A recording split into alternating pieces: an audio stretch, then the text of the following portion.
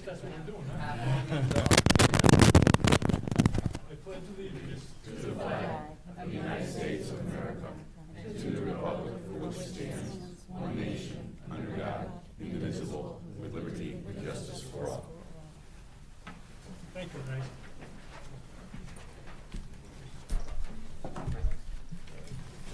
Anthony, it's double-sided.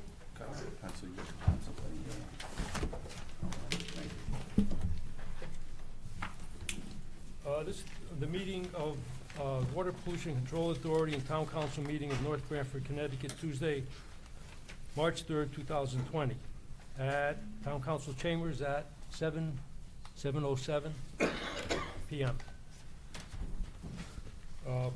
Michelle, roll call. Mayor Viglione. Here. Deputy Mayor Zampano. Here. Counselor Angeloni. Here. Counselor Diamond. Here. Counselor Duty. Here.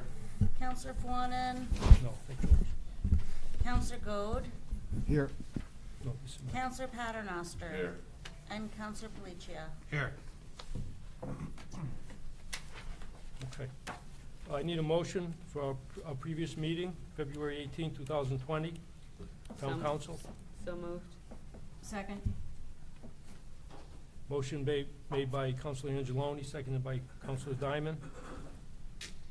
Roll call. Mayor Viglione. Yes. Deputy Mayor Zampano. Yes.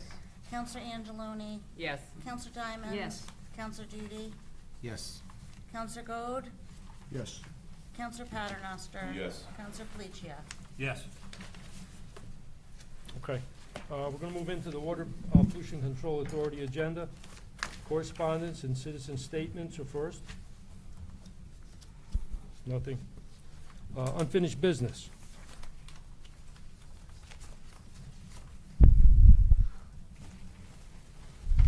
No? Okay. Next is new business. WPCA applications to connect proposed new residential unit at 791 Foxen Road, map 24, lot 10, to sanitary sewers. Good evening. Hi, Kurt. This item is pretty straightforward. It's basically, there's a two-family house at 791 Foxen Road. It's located between here at Town Hall and the Regional Water Authority treatment plant on Route 80. They're an existing two-family house, and they were hooked up to the sewers in 1985, and they paid the assessment for the two units. They would like to convert the two-family house into a three-family house and create an additional unit. It's basically, they would have to pay a special connection fee of our current rate of $12,300 per unit for the additional unit. And then, again, just tie that into the existing line. Again, it's a matter of paying a connection fee. Capacity's there, has no impact on that. I prepared a suggested motion addressing that to authorize the connection of the additional unit to the sanitary sewers on the second page of the memorandum. The one thing I'd like to point out and then actually change some of the wording, in the suggested motion, item number 3, it says said special connection fee shall be paid to town prior to issuance of a sewer connection permit. Because of the nature, this is an unusual one, they're doing a conversion of two-family to a three-family. They may actually not have to take out a sewer connection permit. The plumbing may actually all be internal. So I'd like to change that, take out the sewer connection portion of it and add zoning permit, so that we catch them when they come in for the building and zoning permit. At that time, we require them to pay the special, make sure they pay the special connection fee, or they don't get the zoning and building permit. Other than that, it's pretty straightforward. All right, I'll make a motion to approve the connection and change to the Water Pollution Control Authority request for sewers for 791 Foxen Road, along with the requested change by the town engineer. Second. Okay. Motion was made by Counselor Duty, seconded by Counselor Angeloni.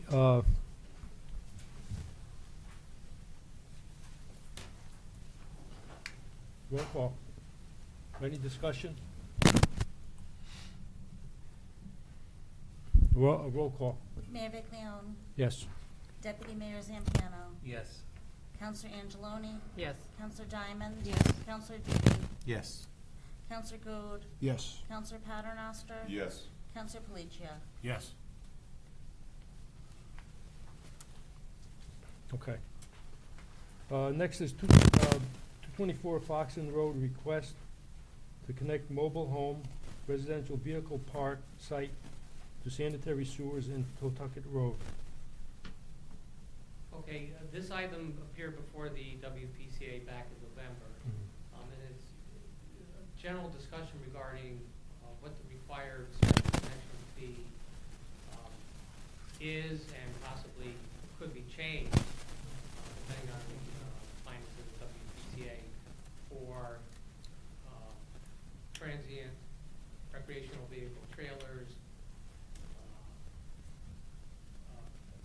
at the Tutucket Valley Park. Tutucket Valley Park at 224 Foxen Road, and it has two types of trailers. It has the mobile home units, and it has recreational vehicle units. They allow to park there as well. Per our assessment regulations, each residential dwelling unit requires to pay a special connection fee of $12,300 per unit connected to the sanitary sewers. Age-restricted residential units pay a rate of $4,000 per unit for the first 5 units and $2,000 per unit thereafter. That's in the existing regulations. The owner of the park has asked for some consideration if we could look into possibly modifying the regulations somewhat to address the recreational vehicle support of the park. There are, transient units in there, they're part-time, and they're generally smaller units. It's not the same as a mobile home with a couple bedrooms that's there for the entire year. They're basically, they're small travel vehicles. They park here intermittently. I've looked to see other municipalities if anybody has addressed this. The fact is, for most travel trailer parks are located, they don't have sanitary sewers. I tried to look to see if how somebody else is charging that, see if try to utilize that as a basis, but I couldn't find anything. We checked with the Campground Owners Association of Connecticut to see if they had anything, and they couldn't come up with anything. What I did, again, for consideration of WPCA, is I looked at, trying to look at the Connecticut Public Health Code in terms of flows generated from a typical house versus what they apply for a travel vehicle. And basically, it's on the second page where the calculation, but basically a three-bedroom house for the Public Health Code, which is assigned for 450 gallons per day potential discharge. What they use for a travel vehicle is 75 gallons per day, which is basically a 6-to-1 ratio. My thought was possibly using a 3-to-1 ratio for a recreational vehicle site to a typical residential unit for consideration. Which would be, the end result would be instead of $12,300 per unit, it would be reduced to $4,100 per unit. Again, that's a thought. It's up for discussion. Understand the basis of how I came up with it. Trying to make some type of adjustment because of the fact that it doesn't generate the flows, doesn't generate the impact on a downstream component of the sanitary sewer system. They would still have to, if we were to go forward with this, we'd have to go with a public hearing to even consider it charge the user fee, the annual user fee, as a residential unit. Wouldn't propose any change to that. It's just the connection fee is what they're asking for consideration for. So why the 1/3? Based upon the estimated flows that could be generated, which really has an impact on the downstream system. No, I understand that it's different, but in your My calculation, I came up with a 6-to-1. right, so that's why I'm asking, why 1/3? And then, my gut reaction, that could be a little low. And again, I'm coming up, there's no hard science to it. Okay. I'm trying to be somewhat conservative, and I use the 3-to-1 ratio. Okay. The Kurt. end result is similar to the first 5 units of a restricted unit, but Kurt, I have a camper, and I take my family camping, and most places have a dump station. exactly. So, how do we know that these hookups aren't gonna be used for more than they're intended? Because if I'm running a campground and I can dump in a sewer system and not have to worry about having my dump station pumped out, you know what I mean? That's a good question. You'd have to consider that. They have to be, they're gonna be hard pipe into the ground. But there's no They're hard reason- pipe, but then But they have, someone but else they're, can pull a vehicle over Right. there and dump. so if nobody's at that site and somebody wants to dump on their way out, all they gotta do is pull to that site, dump into the sewer, and then they're good, rather than the dump station. The thought process is you have designated sites, you have to put it on there, generally you have to pull in and back into. But it's a good point. I haven't got that far. I was really looking at the numbers, but it's a good point that, it's a policing or monitoring type activity, or it should be built in there. It's good to anticipate it. And the answer is I don't have an answer at this point, but you have to look at it. The biggest point I was trying to get, some thought back on, is this a reasonable approach? Is there would the WPCA be willing to consider it or not? And again, I did discuss it, and I ran it by Jim Marino, and here, if you wanna think about it, and come back to the next meeting, I think that's an issue. But I'm just trying to throw something out there for consideration, feedback. Is there a dump site there now? Do they have a dump site? To be honest with you, I don't know. I believe I think they do. But I can double check and report back, next meeting. It's a good point. It's an enforcement issue. And honestly, who's gonna follow up on it? So, Right. but I mean, if that's a possibility, maybe they don't get such a break on the 1/3, maybe it's something, whatever. Yeah, like I said, I'm just putting it out there for some thought, some feedback. But that's, you brought up a good point, and hadn't thought of that. Is it a requirement to have a dump site? I don't know if it's a requirement, because a lot of times, travel trailer is not discharged and. Usually what happens is campgrounds, there's either full hookup or there's partial hookup. Right, And right. so And Blackwater's the sewer. Blackwater. So if the campground has sites that don't have Blackwater hookup at the site, they usually have a dump station on the way out where you can stop and just empty your tanks on the way out.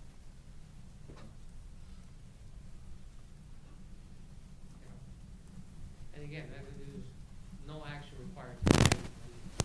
We put on the next meeting for. So if the trailer park was full, everyone was connected to our sewer system, is there any impact in our capacity? Well, no, we have capacity.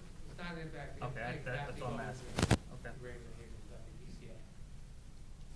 When we looked at that, we made our arrangements with greater than WPCA. We anticipated this property connecting in. Okay.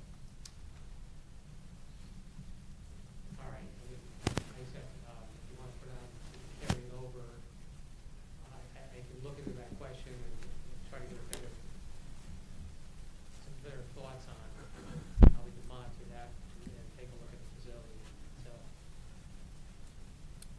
I'd like to make a motion to table it to our next WPCA meeting, which will be in April, or the first meeting in April, it's WPCA. So that Kurt has time to get some additional information for us. I'll second that.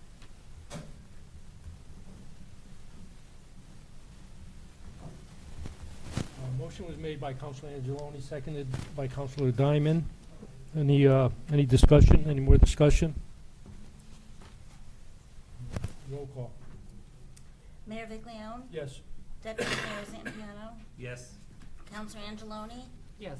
Counselor Diamond. Yes. Counselor Duty. Yes. Counselor Gold, Yes. Counselor Paternoster. Yes. Counselor Palacio. Yes. Next is citizen statements and petitions. All right, we'll move into the regular town council meeting.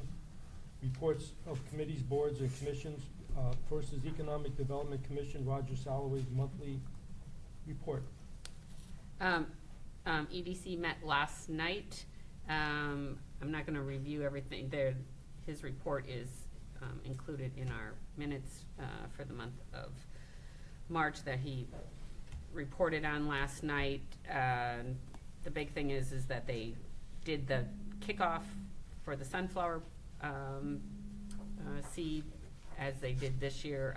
And at our desk tonight are just the packets. The DeLongo family made a contribution towards this project, so they were part of the kickoff. They're in the process of getting them filled with various organizations helping so that they can start to distribute when they have the official kickoff to hand those out in about a month or so. And then he talked about the breakfast that was held for advanced manufacturing at Honeywell, and then they also went to Penn Globe and ESI, and they had the state, a person from the state down here touring those facilities, which was a very productive day for them. So things are moving along in the EDC. Okay, next is Parks and Rec. Park and Rec will have a special meeting tomorrow night.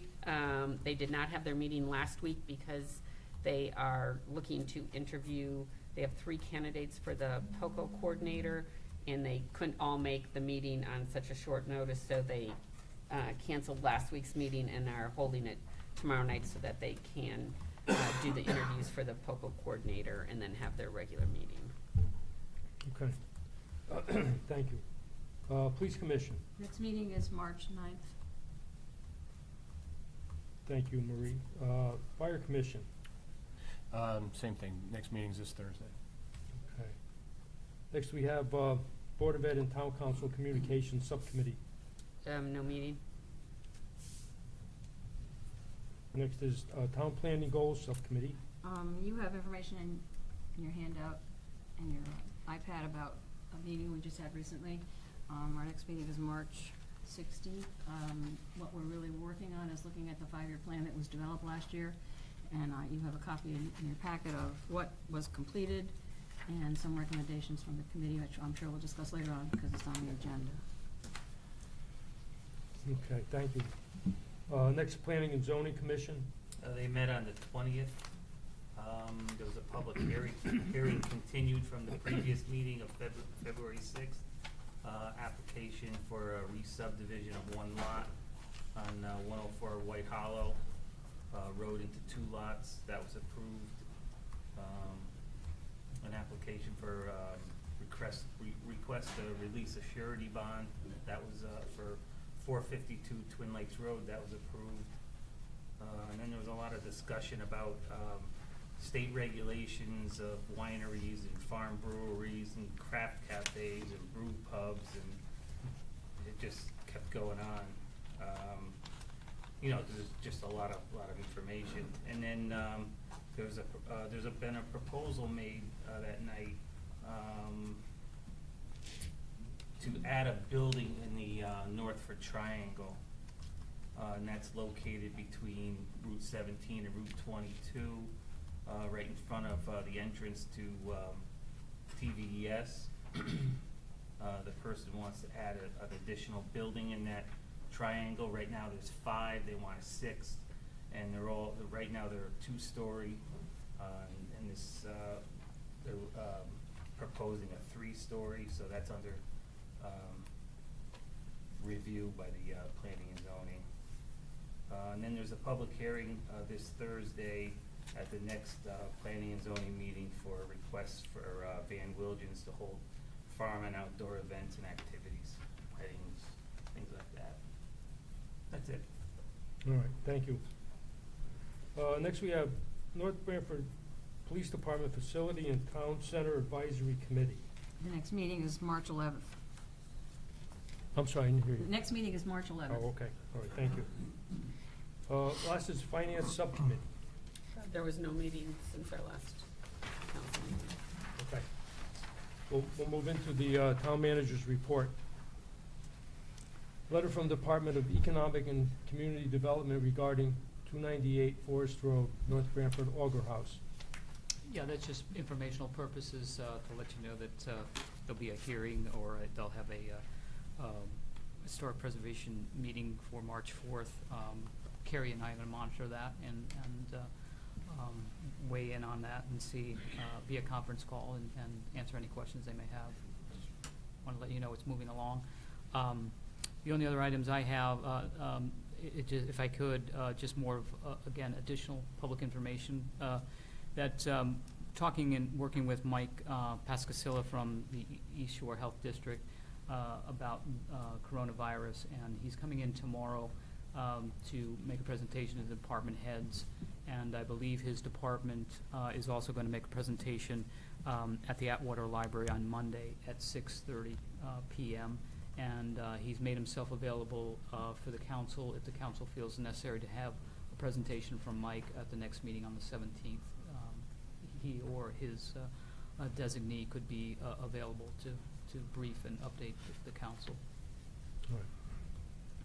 Thank you, Mike. Yeah, Well, and one more, back to EDC on what Roger's working on. He's coordinated with the area employers and topic on transportation.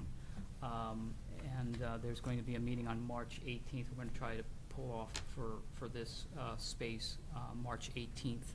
I'll get notices out, and we'll try to publicize that, but it's a public meeting. We're going to have representatives from the area and transportation folks in to help work on a plan that would help North Branford. okay. I just have a question also on, what's the status of the feasibility study that's been ongoing in regards to the personnel consolidation between the town and the Board of Ed? Yeah, they are finishing up the report, and we're meeting later. Are we meeting next week? Next week? Yeah. I'll get you the date on that. Anthony, you have that? Yeah. And we're also, sort of a parallel process to that, waiting for them to finish that up. Talked about a lot about the financial software. So Board of Ed had reached out and talked to a vendor called Tyler, and we've been part of that process of looking and evaluating, beginning to look at this software. And today was another meeting on that. And it looks pretty good, pretty promising in terms of what they provide, and I think it's going to be helpful going forward as that report gets unveiled and we go through that.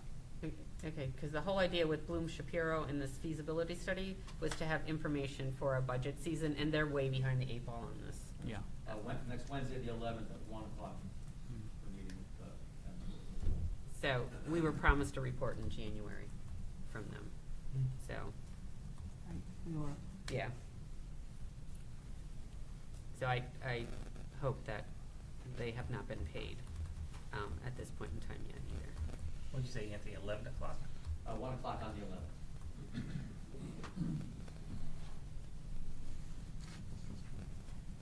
11th. Okay, next is community events and presentations. Nothing? All right, we'll move to citizen statements, petitions, and correspondence. Nothing? Okay, let's move into resignations and appointments. The first is appointment of Joan Tudor to Economic Development Commission as Commercial Real Estate Representative, term to expire 12/31/2021. So moved. Second. Motion made by Counselor Diamond, seconded by Counselor Angeloni. Any discussion? Roll call.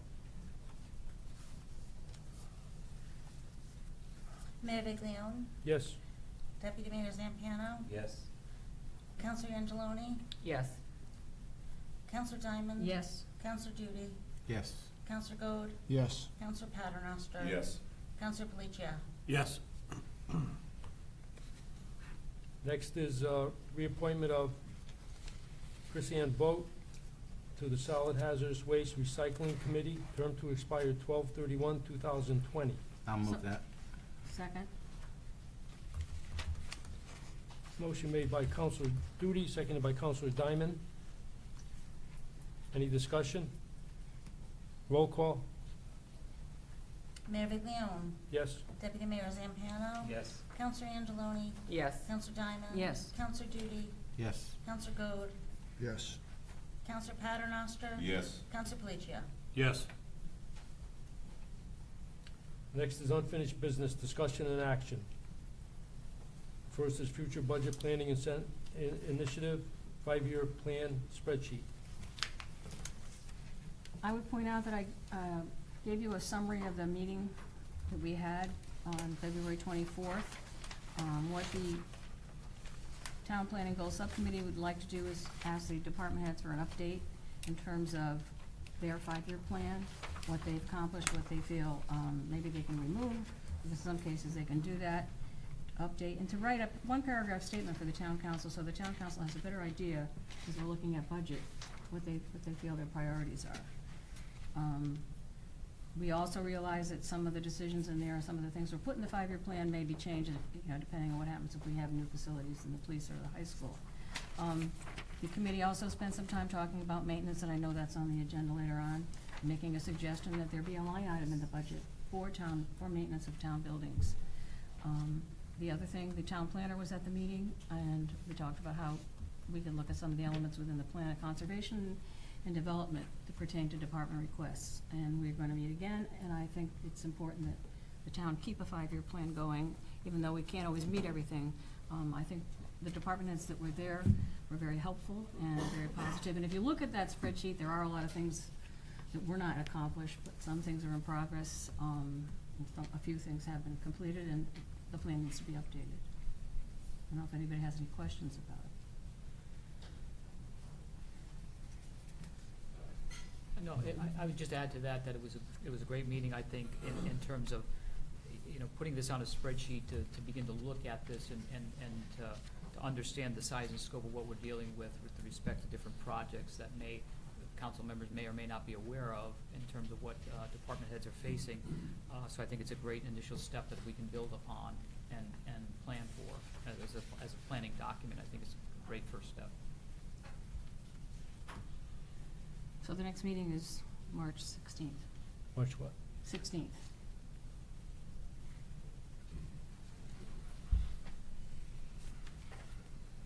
Okay. Next is, thank you.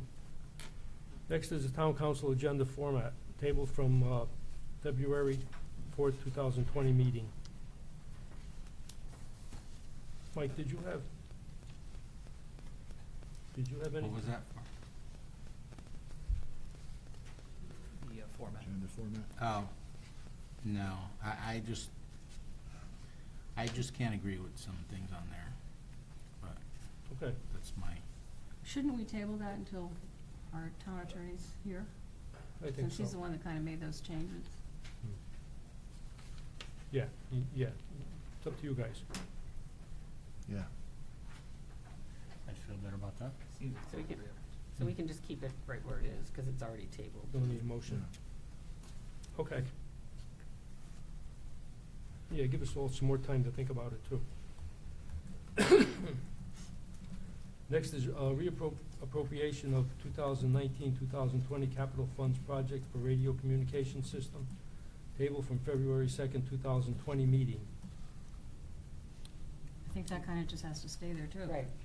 Yeah, because we don't have the bid isn't Okay. What, in yet, so. what is Nothing. the deadline for the RFP, Mike? I don't have that date. It's posted. I can go check, but I don't have it. Okay. Next is a letter from the Connecticut DOT regarding construction of roundabout at Route 1 and Route 22 sidewalks.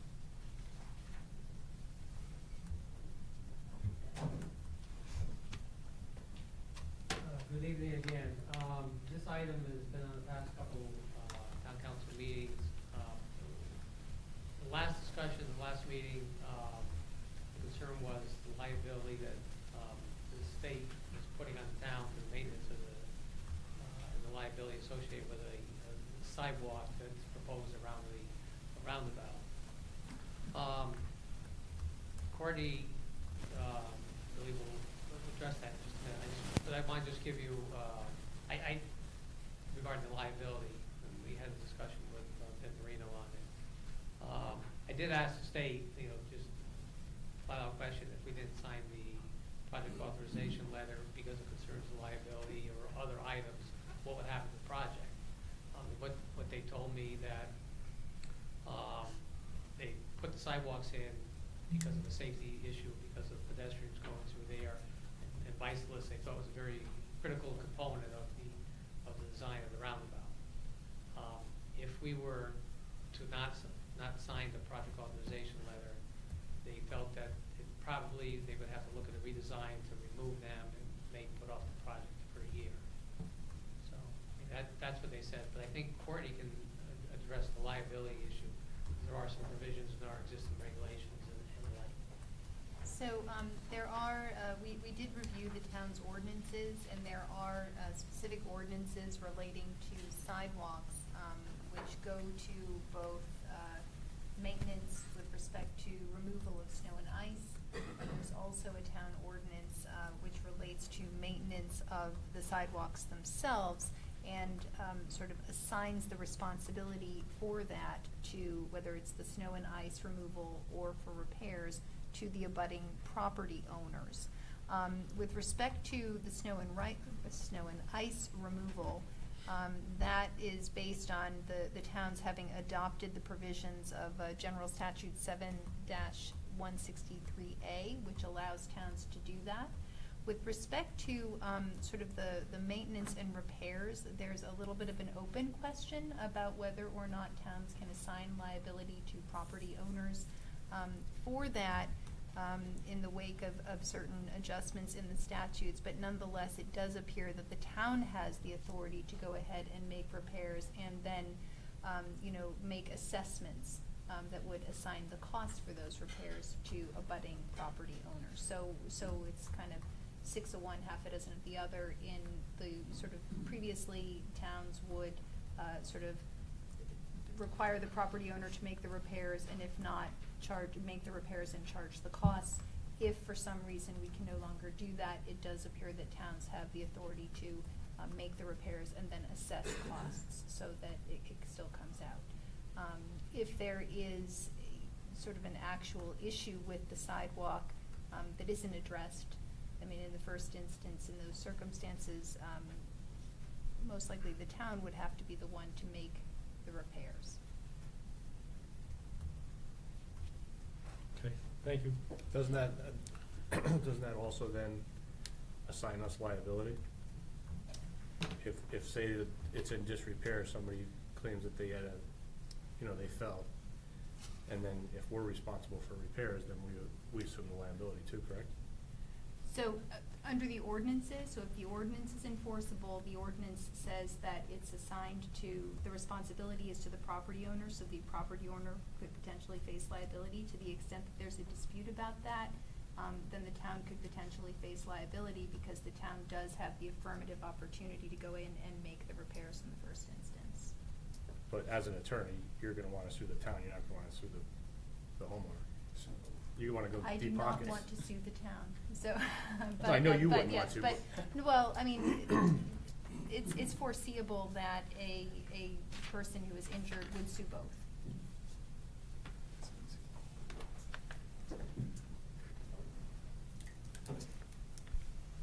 If I can, just before we get off, just trying to move this along one way or the other. If there's a concern still remains, should I ask somebody from DOT to present any issues with the project to the town council? Like, and I'm just trying to figure out where do we push it, push it off. Like you said, the indication for me is if the town doesn't go forward with it, it may push the project out a year or so. And again, I'm just repeating what you told me. No, I'm happy to go along with it, I feel that we need sidewalks down in that area, and, if the other two towns agreed with it, we'd look pretty damn foolish. And secondly, those sidewalks would fall under Bill Miller's, and I'm sure they have a contractor that comes in and does their snow plowing and snow removal, so. I discussed it with Bill Miller's. I don't see I don't foresee a problem there. Yeah, and I'm just throwing out there, I don't know where. Yeah, and maintenance, I mean, we're not gonna probably have to worry about it for 20 years, by then I'll be looking at it from a different angle. Oh, Michael. Because of the time element, they'd like to get this project going and out of bid soon. That's why I'm trying to get on it. Okay, thank you. So do we need a motion? I mean, there's no motion in our There's no packet, so. motion. Yeah, do- I think you just need a motion to authorize Simple motion. town manager to sign the project authorization letter as per item. I'll make that motion. I'll second it.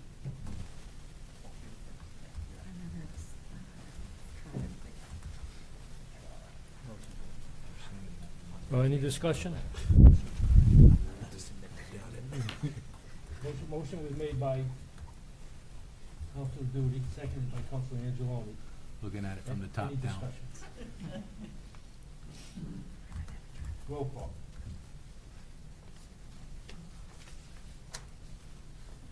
Mayor Viglione? Yes. Deputy Mayor Zampiano? Yes. Counselor Angeloni? Yes. Counselor Diamond? Yes. Counselor Duty? Yes. Counselor Gold? Yes. Counselor Paternoster? Yes. Counselor Felicia? Yes. Okay, next on the new business discussion and action, I have the ratification of the teacher's contract. If we have to move that till after we have executive session. That's what I thought. Okay. All right, next, that'll be done in executive session. Next, I have resolution regarding participation in the Regional Water Authority household hazardous waste. Right, so you have a letter in your packet. The Regional Water is seeking a 3-year commitment from the town from July 2020 through June 30th, 2023. They handle the household hazardous waste at their facility because we don't have the means to do so locally. So we've been doing that for a number of years, and they're looking for our commitment for the next 3 years. And there's a prepared resolution that's in your packet as well. So there is a cost to the town for this Yeah. program, correct, which we have built into our budget. Right, and we have there, what we know are the increases for this year already built into the, Okay. into the budget, yes. I'd like to make a motion to move the resolution as stated in our packet, which is on page 58 on the iPad in our packet. Second. Who's that? Me. Mike. Mike? Motion made by Councilor Angeloni, seconded by Councilor Duty. Any discussion? Roll call. Mayor Viglione? Yes. Deputy Mayor Zampiano? Yes. Counselor Angeloni? Yes.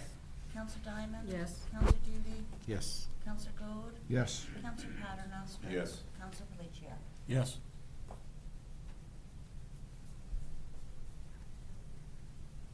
All right, next is North Branford Police Department code issues and communication system.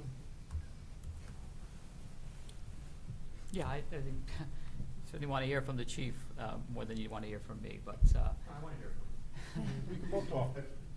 yeah, I obviously, yeah, so I sent you an email that, you know, some issues, obviously, not just with the code that you're aware of, but some of the communications issues, and we'll get into that, but I think for the level of detail, you have actually both the police chief and the fire chief that could speak to what's been transpiring, what's happened, what deficiencies we have.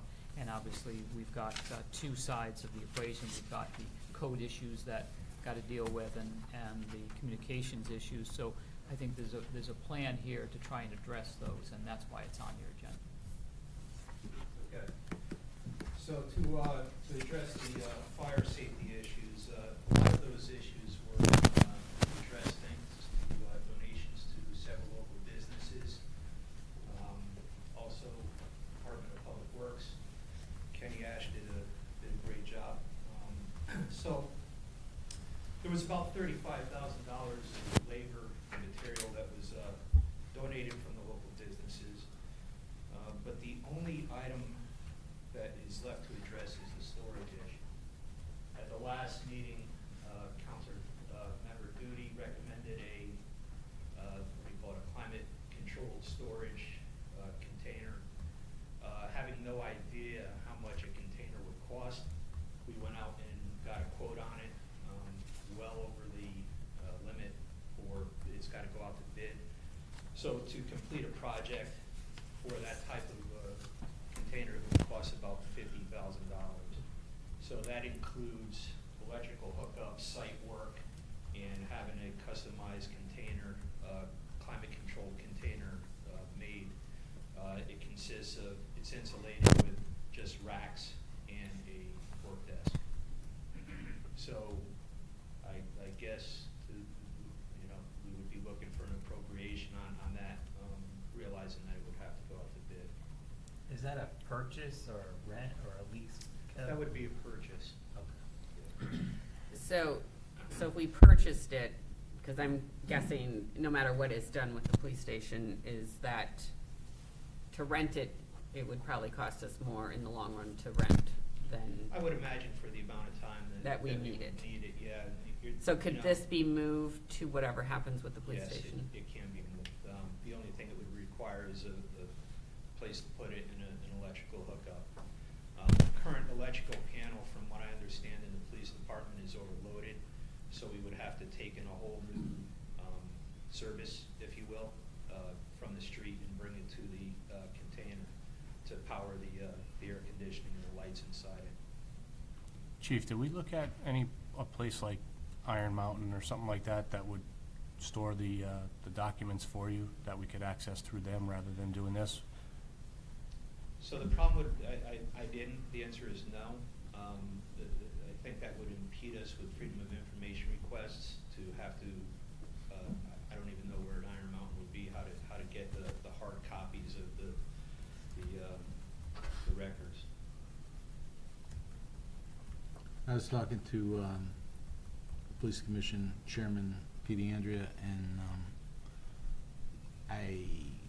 we came up with a determination we could put a tankless water heater in there, get rid of the hot water heater tank, so we're not subject to that 80 gallons of water coming into the system, and maybe that could get us by for a year or two until we, see where we're going. It'll cost about $1,000 to put a tankless water heater in there and get rid of that water heater. And Yeah, I mean, it just, that was the only thing that was sitting with me, is it's just like, here we go with, purchasing something, running a new line, and here we are talking about the new police department. So if there's, something like that, that's a great idea that we could do just to get us by. Part of the violations were too, because the amount of records that we have, the fire code regulation. It's not only that room downstairs behind the sally port. I guess part of the fire code regulations is you have to you can't store anything so many feet from an electrical panel. That's another issue. It's 3 feet, yeah. Yeah, my my thought process on it was to empty the stuff that we have stored piled up around the furnaces and move it into that room and then get those records out. And don't forget, most of you took the tour, we're starting to get records piled up in the records room that we can't get into that room downstairs behind the Sally Port. Could you use that garage temporarily, or is that already being used? We are. You are, yeah. We are using it, yeah. Chief, do the records have to be kept on that property? Could they be kept in like another building in town somewhere, the older records? Can they be stored like, I don't know if there's an empty room somewhere in a school or another town building? A lot of those are major cases that Yeah. They have to be can't in. be stored off-site. That's the only problem. The other stuff can be microfilmed and put on, disc or, however they microfilm it So nowadays. that's, I would imagine, a huge undertaking. I mean, if we're looking at a 40-foot trailer is the recommendation that we were getting to take and move those records out of that room, I can't imagine how long it would take to scan in or do whatever with all those records. I mean, you're talking many years of records in that. Well, they were being done every, few years, and I would seriously consider, looking at that and maybe, I'm sure for $31,000, we could put a lot of records, digital, versus, Yeah, trying 'cause to I store don't- 'em. I don't- I was just going based on the recommendation from the last town council meeting. It's thought, we'll take any. I any personally didn't think it recommendation. would cost $31,856, I didn't think it would cost that much either. plus That's a why rent. maybe- So that's why I would prioritize digitalizing those records that you have all over the place now and just keeping your major case files in a certain room, and try to empty out as much as you could. Which would bring me to, it's not on the agenda, but part of my plan for the police department was to get that police officer out of the records room and hire a civilian. But there's a lot that needs to be worked out with that, with the unions and to get somebody to focus on that stuff, not to bring those piles of records to a new police department if we don't have to. Right. But Yeah, that's for another, I wasn't gonna bring it up tonight because of all the stuff that's. I would make it a that we're talking priority about to get tonight. those records digitalized as soon as possible and see what you could cut down for space. I'm sure you could. With the understanding that it's gonna take some serious resources to do that. Yeah. We realize that. Okay, I just throwing that out there. I told you were gonna be blessed with problems. Thank you. You took that job. Chief, what size room would you need to store those? We were looking at a 40-foot, those metal shipping containers that they customize, they would have they would be insulated with air conditioning and heat, with shelving on both sides, nothing elaborate. I was shocked to see the cost of these, I was thinking, I don't know. They advertise them on Craigslist for $2,500. Well, that's with nothing on it. I Yeah. guess once you start putting these things in it, the price goes up, and then hook it up to electricity and all that other stuff that comes along with it. That's where you start running into the cost. Chief, do you guys say for this, like say you were gonna scan them all into a system or digitize them, whatever, is there anything in the regulations that says you guys have to do it, or are there companies that you could hire to actually? I don't have the answer to that. I'd have to research that. So they would come in and they would scan everything for you and get get it all. And for you would have to just. The only, I guess the only question would be is, if we do have major cases in there, are they privy to that information? You might say that you're just throwing it through the scanner. Well, you guys would have to separate them out and tell them what gets scanned, what doesn't. It's still better than scanning. In theory, right? Yeah, right. Yeah, in theory. We'll take any recommendations that you have. Maybe the tankless water heater thing will work. Wasn't a thought on my mind, but the container sounded good. But it is expensive. And 'Cause it is something that we could bring over to the new PD, you know, put it in the back and utilize it, you know, for the future, you know, the foreseen future, but, and that's all dependent upon if we get a new PD also. Yeah. I would like a couple more weeks to think about it. What would be, would there be Look any into it. upkeep on the container? Any upkeep, you know, like any annual, I would imagine Just that, curious. just like any heater system, or there Yeah. might be heater and air conditioning system, there might be some upkeep, maybe some coolant, for the air conditioners. I think it would be minimal, it's steel, you know, the steel, we were looking at. There can't be much, because you could have a temperature alarm in there, you know, Yeah, temperature, water alarm, whatever. yeah. So I don't think it would be a lot. humidity alarm or whatever. so if you were able to, scan all the records, what would that reduce you down to? Because I think I heard you, I think I heard you say that Beats some of them me. can't be, right? Some of them you have to have still paper, This right? would be a huge undertaking. Yeah. Okay, a huge undertaking where quite honestly, I would either hire a company or hire, you know, I don't even know if it's a job for one person. You know, Right, it's, right. and to tie up a police officer in that dungeon, going through these records, just, it doesn't make sense to me to have an officer doing that Yeah. when we could utilize the officer on the street. That's why I asked. Yeah. Yeah, I don't have that answer for you. Any Wait, recommendations from the? what you're probably- gallery? Yeah, we used to have a company that did it for us. That company has since gone out of business, that we retired. That was about $2,500 it cost us per year of files. That's what we're looking at.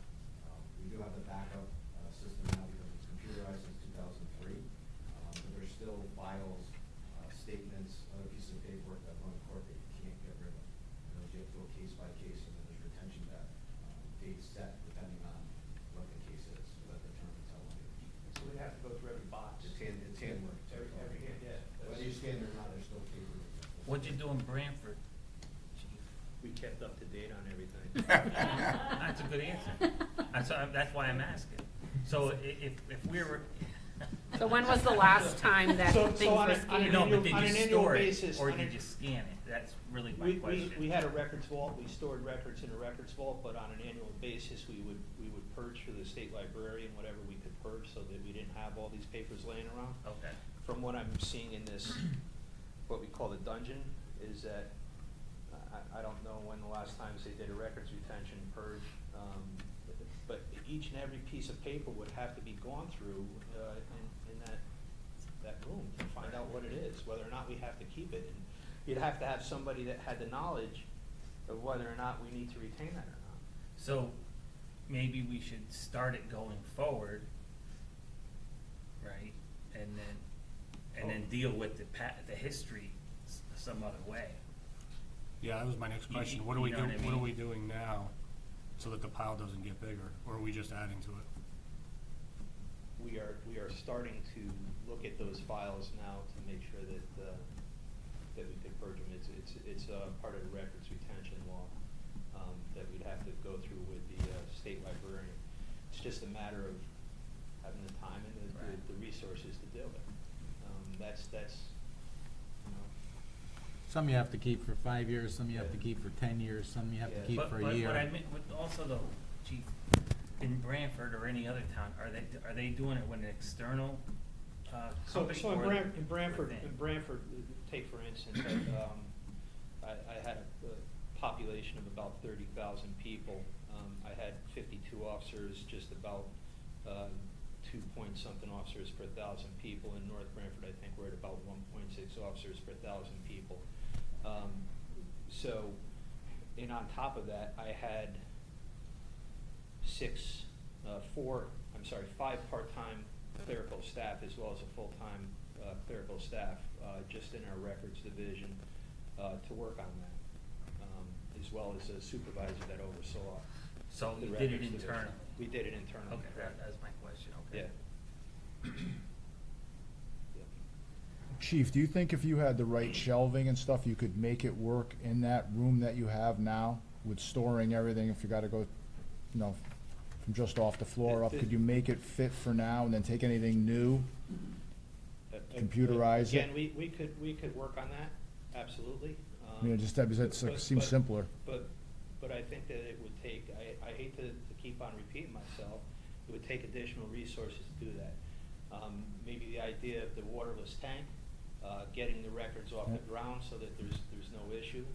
You still have, I don't know, I'm not familiar with waterless hot water tanks. Is there a possibility for those to leak or burst? I think that should be in a separate room, they probably should have, there should be like no water in that room at Okay. all. Well, that could be moved out. Yeah. And put on any wall, any outside wall or Yeah, whatever. good. So yeah, could we make it work?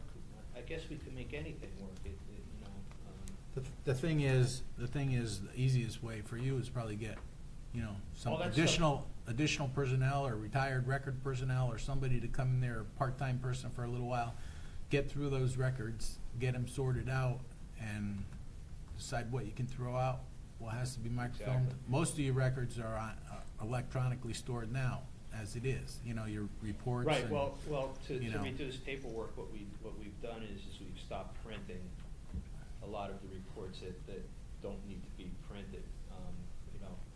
Basically printing a lot of the major cases and storing those. But I think also what I'm hearing, when you first started, I mean, if you did get the container, there's a lot of other things you could take out of there probably, out of the police department and make room. Well, you would like to think that it's usable room. Well, I'm not saying, but Yeah. it's gotta be better than being jam-packed and can't even breathe, so I mean. I could bring it to you, tell you what, what I researched, what the options are. I could go back and But see, research. Tom, you can't just take everything research out it. of there and throw it in a storage container, because you still have it. You gotta go through it and. Yeah, and- but I'm talking about, other stuff, And not just dispose it, records. and like, dispose of it. There was other stuff I thought you were Well, referring the to, evidence, or the evidence alluding room, to. I mean, it depends upon what the evidence is. Yeah. And how big it is. You're limited to size in a storage trailer Right. anyways, but Commissioner, you wanted to say something? Yeah, the waterless tank was an option that we did way out up until last week. The fire marshal came through, gave us the 30 days. Bunch of volunteers went in there to clean up the building. The issue is the amount of files that are in the furnace room, the electrical rooms, and all those boxes. So if you wanna think about it, Mayor, for a couple of weeks, I understand, but we're not complying in the next 15 days to a letter from the fire marshal, which is the second letter. So the only option that we came up with as a whole team is the outside trailer. It is a ton of money, but, the last time the stuff was done and put onto films was the last time we had a deputy chief.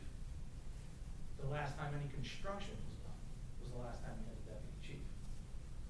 That would be a 10-year gap. And if anybody wants to know what our chief and our deputy chief's been doing, besides keeping up the department records, new training, new policy, new procedures, on top of trying to straighten out a building, it's the only option. You can't waste any more time. It's gotta protect the citizens. It's either leave the files in there and deal with the state marshals yourselves, or come up with a different game plan, because we're out of options. Really out of options. And we don't even have enough officers to do what we're doing, let alone, I couldn't even fit, that room's gotta be 500, 400 square feet of file cabinets. It could be organized in 300, 400 square feet, but you still got, I can't even tell you the stuff that's in the furnace rooms. There's not enough labor to do what you're asking. What's in that garage? Why can't you move that stuff out into the garage? You've got stuff from the evidence, people getting arrested, you got toolboxes that up against the wall that were seized, you got the motorcycle that's in there. So, just a real quick story, if you don't mind. When we were doing the It's tours supposed to be a Sally of the Port, building, bring a woman. prisoners in, not supposed to be a record storage area. Yeah, yeah. A woman came into the police department, and I said to her, are you here for the tour? She said, no, not really. I'm here to get a pistol permit. And after a couple minutes, she said, oh yeah, I'm here for the tour. So we started walking through the police department, and you know, we started to get downstairs and I was showing her where the evidence was and the records was. Unbeknownst to me, she was a judge. And she said, we need to talk, okay? I haven't heard from her, but, so clearly things are not being stored correctly.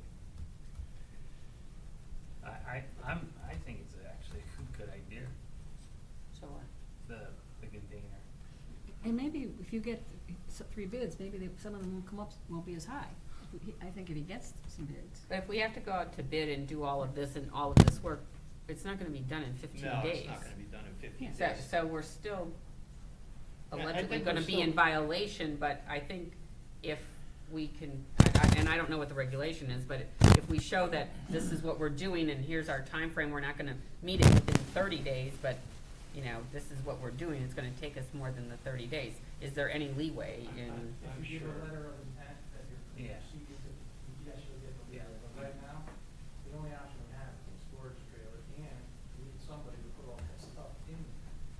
If you have a plan, you have a documented plan, and you can show progress, they'll definitely accept it. I mean, a lot of stuff got fixed in there from the civil law. I really think you should put out, you know, the specs and get some bids. Maybe some of them are gonna come in a lot lower. And I agree with Rose. It'll show you're doing something, you're not just ignoring it. And I don't see how the I fire think it marshal. has to be done. How many square feet is the 45? I mean, it could go either way, though, if you Enough? showed intent of hiring someone. 320? 320. Do But it that's or the four storage. spaces. Yeah, you Remember, could do it's both. 7'6" box. So it's 320, so every 4 feet, you're gonna end up with 640 square feet of file storage. You gotta multiply it. And what do we have now? About 500, and then you count the furnace room, another 50, well, 80, and then you count the hallway, then the storage room, where we were supposed to put toilet paper. So it's right there. Yeah, it's right. I just don't wanna waste any more I think- of your time and our time. You know, we're all volunteers in here, and I really get tired of beating these words. You know, with no disrespect to anybody, why are we getting 15 days to decide this? Why wasn't this brought to us 2 months ago? The Is there a storage reason? trailer? It's the It fire was marshal, brought- it the was- fire marshal, Yeah. and he took the, Yeah. Somebody called The Bert. fire marshal hasn't been there Somebody before? called Bert. Actually, there's been numerous. we never let him in past the front door before.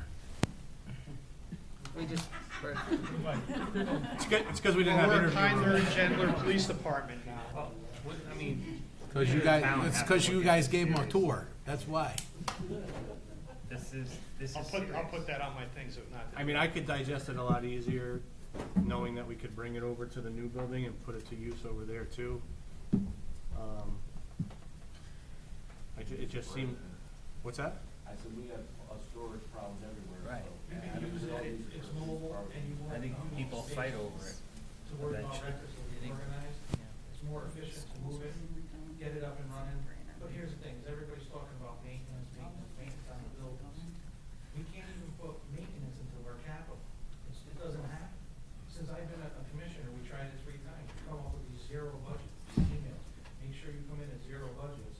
And then you got a building that fell apart after 10 years, and then you get some citizens or people or anybody out there where remarks like, the chief's been here for 8 months, what's he doing? Well, I can give you a list a mile long of corrections he's been doing. One of them is this, that we probably got 100 hours in it. The trailer's the best option. We went through every other option. We even tried to remove the water tank outside the room. Then when we went to the other rooms, even if we tried that, I can't even believe what's in the rest of the rooms. So, I mean, if it was me, Chief, I would put it in the council's hands, get the recommendations, and let them deal with this one. Because I don't want our names on that as commissioners. No, I'm you sure could, you guys don't either. you could definitely put the stuff in the trailer, but we have to come up with some type of game plan to get rid of it Yeah, eventually. Exactly. Oh, yeah. It doesn't end with just getting a trailer. Right. Yeah.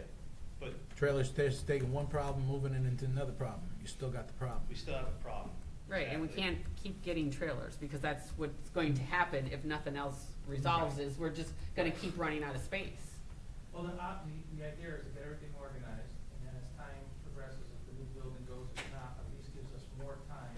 We meet the code compliance, get that going, and then try to get it on microfilm, little at a time, and not rush when we have spare time down the road.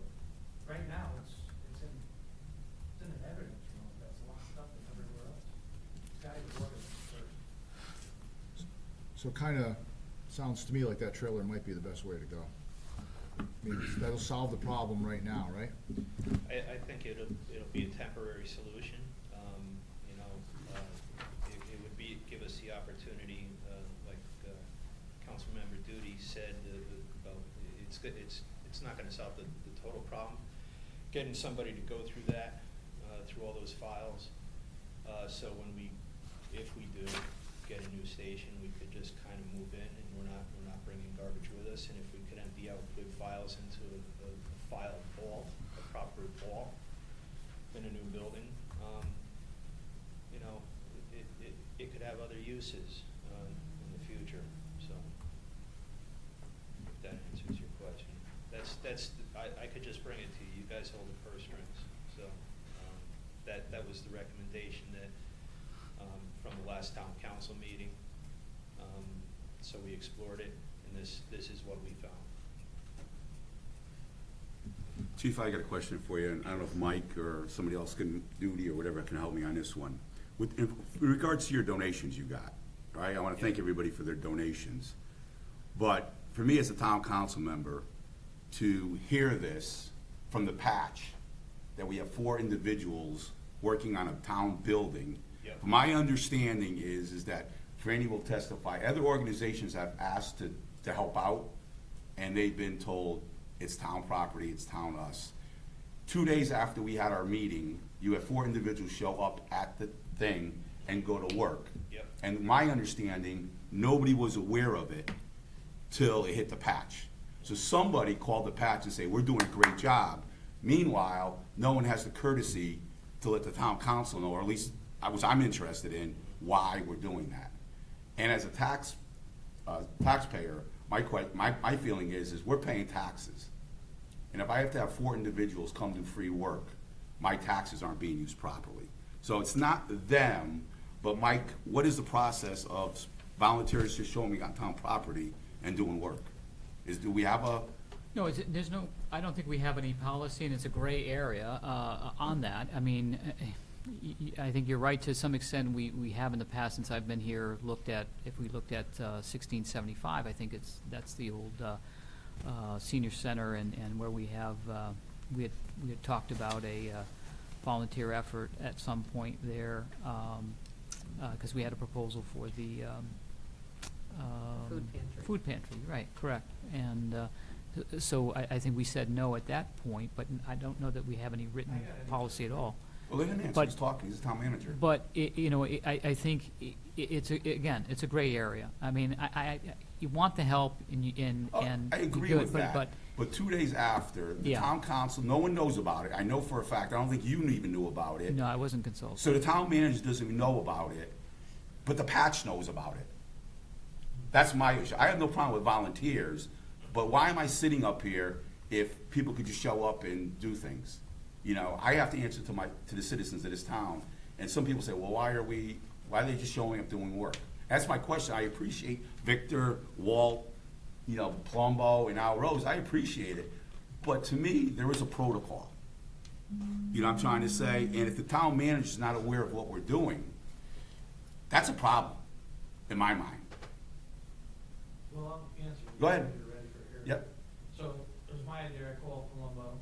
Colombo called a few other people, we got donations from Walter to finish the welding on the stuff. So we actually participated, but we did let the department head know if it would interfere with the schedule. He said no. 2 days later, we showed up. Why we showed up? To protect the men and women that work in that department, because there's no lights, no emergency lights. If something happened, it was on us. So we took the initiative to spend $35,000 of our money to protect it, because nobody seemed to get anywhere, and we didn't want the liability on us.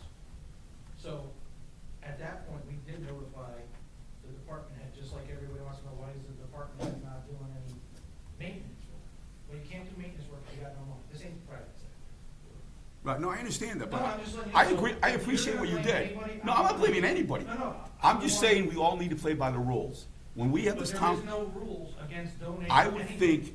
think it'd be courtesy to let the town council know and the town manager what's going on, rather than running to the patch.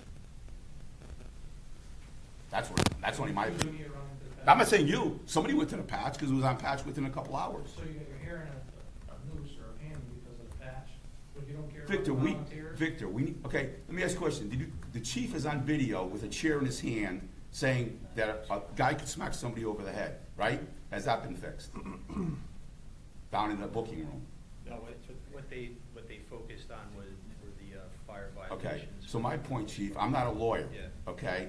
Yeah. You're on video, Yep. picking up a chair. I've been on 2 tours with you, Yep. and I appreciate everything you do. Yep. You got a chair in your hand, and you're saying that if someone came in, they could knock the officer over with the chair, basically. If that happens, this town could be in such a lawsuit because we were aware of it, we were put on notice, Yep. and we didn't do anything about it. Yep. So to me, that's a big safety concern. You could bolt it to the floor. That's not the issue with the fire marshal. I'm not, if we have somebody with a chair in hands and saying, this is an issue, my officer can get hit over the head, it does happen, are we open for a lawsuit? I mean, I think a statement like that can create an opportunity for someone to claim that you're on notice. So that's all my point, Victor. I understand what you're saying, but it's just bolted to the floor. Understand from every council So, member. so in the future, I apologize, we'll, in the future, we'll make sure that the town manager knows, oversight on my behalf. And I appreciate what they did, Chief. I'll take responsibility for it. I don't want him to think I quote. Oh, I'm not saying you did, Victor, no. Never happened, trust me. Victor, I'm not saying you did, but someone did. Because the only 4 people knew were you 4 and the police department at that There's point. 15 people here that day. The whole place is all untrustworthy. All I'm saying as a town council member, I would appreciate some notice. Chief, don't make a face. So noted. Don't make a So face, noted. Chief, I won't, okay. I'm sorry. So noted. I saw the In the face. future, I apologize already. In the future, I would be glad to notify the town manager. I apologize.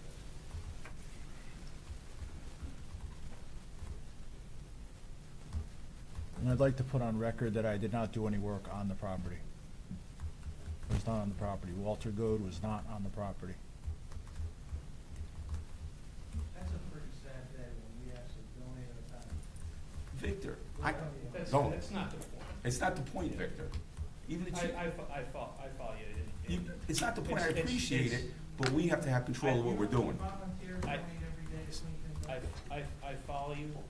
Thank you, Chief. In the future, if anything is done in the building, I will certainly notify. Because what it is, it prevents another group I of just follow. showing up and doing it. That's all I'm trying to Right. say. I follow you. Thank you.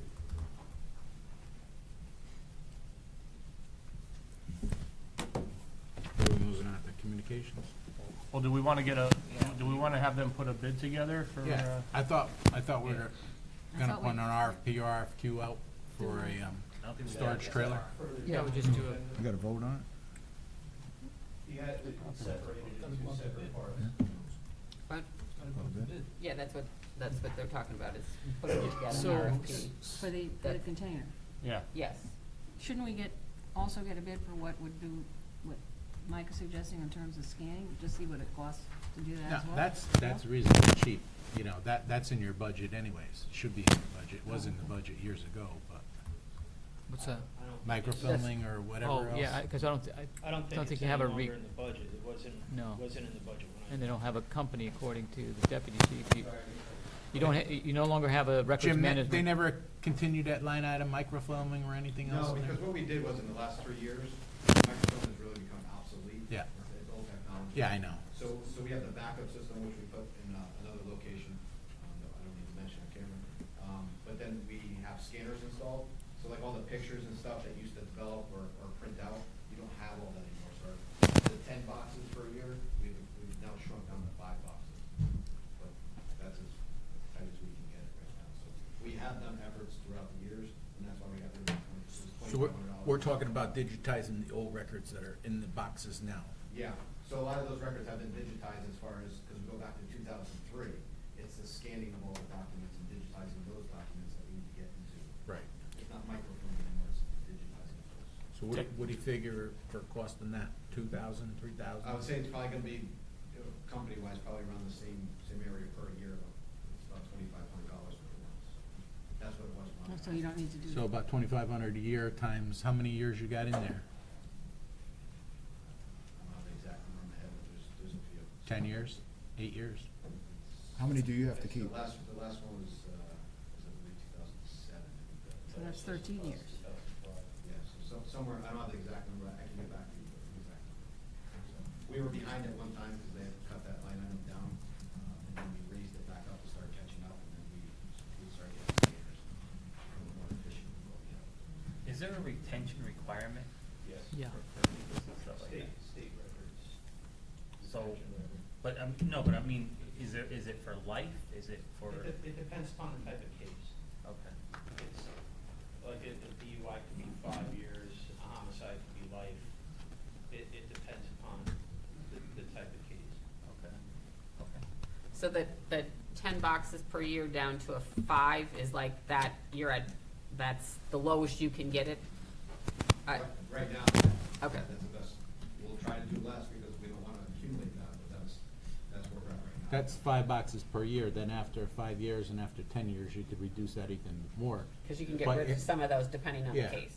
But you Okay. have to follow up on that We with start off at a the, 7-year minimum to start off. Right, And okay. lowest level retention, but everything's higher than that. So the organization is key, because you need to know what case is what, whether you can get rid of it sooner or later or never. That's gotta be the time. Right, right.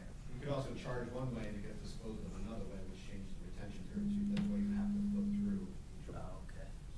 So you guys will start to look, like, explore, in your free time, of course, explore companies that will be able to transfer those files over for us, and just kind of give us an idea of what we're looking at with that? Yeah, I'm not familiar with any companies, but we'll look into it and see if there's anybody. Okay. And we're all set, are we set on the RFP for the container? Well, if I could, question about process, and it would be a bid that you'll want for the container, but my issue is an interest of time. It typically will go that the chief or whoever writes the specs, we review, we put on the agenda for your approval. That won't happen till the 17th, and then it goes out, if that's from a timing standpoint. Or council could approve and authorize the chief, myself, to work on a bid that you don't want to review or don't need to approve in the interest of saving 2 weeks' time and getting out as quickly as they can put it together. Well, don't you kind of have the specs in that one? Well, that's what I'm quote? saying. I Why don't know, can't you I use don't know that the council wants to delay and wait to see the spec that no. it's a box, right? So we can waive that procedure that the council has in the interest of time to send that out. So you'll get some prices and Well, make a call. I'll leave that to the chief to You be the make the lead, call. but yeah, we'll do that together, and we'll put it in the right format and bid it out as quickly as we can get it together. I don't have a problem with that. I don't know. Yeah. Okay, I'd like to make a motion to have the town manager and the police chief put together an RFP for a climate-controlled container, and it does not have to come back to the council for review. We will waive that requirement for this RFP. I'll second that. would that be by the 17th, Mike, or that would be later? Well, yeah, I don't know, but I mean, Could get, you could be able to get it out on the street and get a closing date by the by the 17th, I don't know. I don't know if you can have a closing date by the Because we have to advertise and give proper notice, but at least it gives us a jump that we're not waiting 2 weeks to come back. We can get it maybe, I don't know. I don't want to put the chief on the spot, but we'll move as quickly as we can and put it in the right format and advertise it. Giving enough, time to respond. And I don't know how many players there are out there or how many responses we'll get, but I think it's a box is a box. I know the department knows what it wants, so. Okay. With What's the that? chief, does the, Hang on, let me do this. go ahead. Motion was made by Councilor Angeloni, seconded by Councilor Gold. Any discussion? Go ahead. Thank you, sorry about that. You said that electrical line has to be run. Is that gonna be part of the same RFP, or would that be a set, how does that work? We use it. Brandy got it? The man. Okay. So Chief, the 50 was just for the container? No. No. That's The right. $50,000 includes, the container, shelving installed in the container. The container includes it's insulated, it has a side door, the HVAC unit in it, I guess you'd call it, and delivery to the station. That came to, I don't have it in front of me, I think 31,000 or something like that. 31,856 Okay. according to this. It also includes electrical work. It includes some site work, some materials that DPW would need to flatten out the area where we're proposed to Well, put the it. electrical connection, it said, was separate at 10,000, so is that, Well, he has the $50,000 total, so I was just itemizing. the 10,000, does that have to go out to bid? Because I'm assuming that's another company? It's not the container company. We're hiring an electrician, but we're getting quotes on that. That's Okay. gonna be run on the public work. Oh, okay. And then one last question, I'm sorry, guys, but does that, for as far as the regulations or whatever that's around that, would that need to be hooked up to a generator too? Good question. We could use a portable. Yeah, that's what I was gonna say, we'd have to use the portable, we had an electrician already look at our system, it's not gonna be compatible for what we need for the PSAP, the 911 system, there's not enough there to do that. Okay. So that does not include a generator. We have a generator before, we Yeah. just have to make. You just have to make sure you had set it up for that Yeah. electric, yeah, okay. Yeah. Be painted purple? Whatever you want. I'm gonna bring notice to it. Everybody all set? Yep. Roll call. Mayor Viglione? Yes. Deputy Mayor Zampiano? Yes. Counselor Angeloni? Yes. Counselor Diamond? Yes. Counselor Duty? Yes. Counselor Goad? Yes. Counselor Paternoster? Yes. Counselor Palicia? Yes.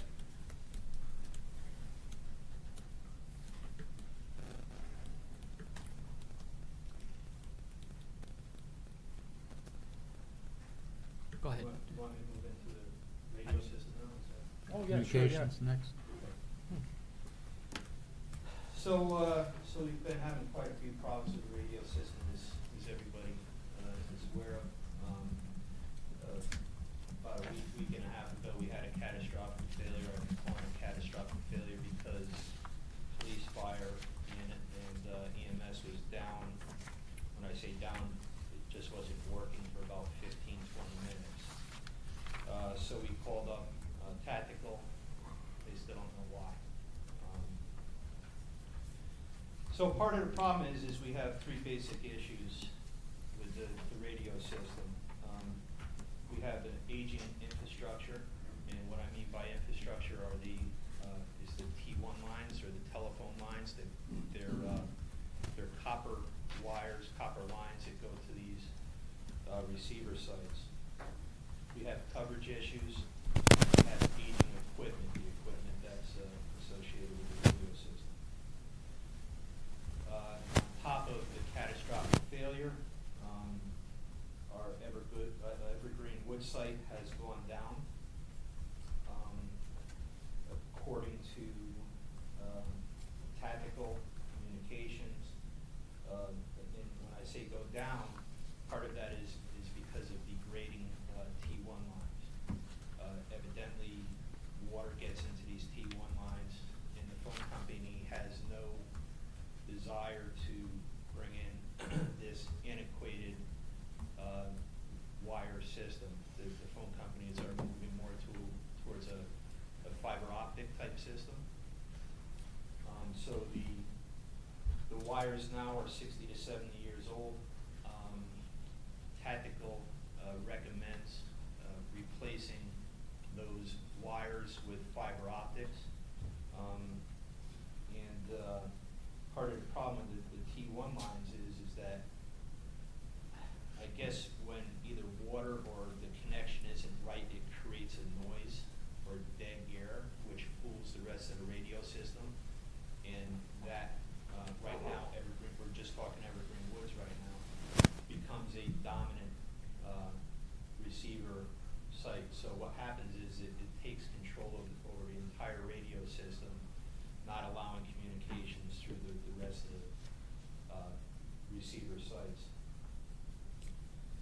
So I guess the technicians have been going out there on a regular basis. They're doing what they call switching pairs. I'm not really quite sure what that means, but I'm guessing it's a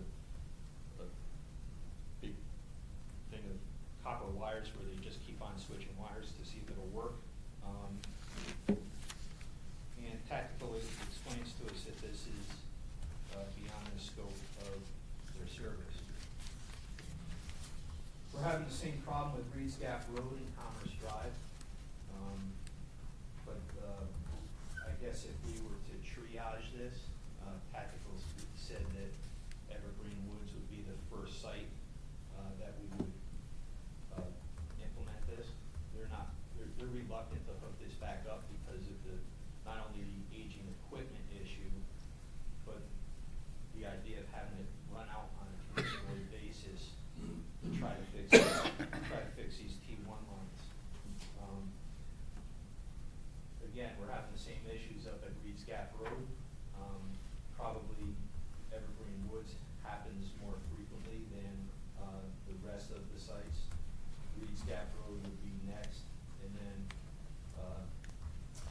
Commerce Drive would be the third. They recommend putting fiber optics in. And I know the question is going to be, if we put a new radio system, will this be an investment towards a new radio system? A new radio system would probably require fiber optic communications. However, it depends upon the design of the radio system. If they reutilize those sites for receiver sites. So that again, it depends upon the design of the system. We got a quote from Tactical, which is, I believe it was passed out to you today. Sorry I didn't get it to you sooner. We were kind of in a scramble going on to get information to the town manager. The quote is close to $20,000. However, that doesn't include the actual wiring of these sites with fiber optics, as well as necessary routers that would be required as part of the system. So on top of that,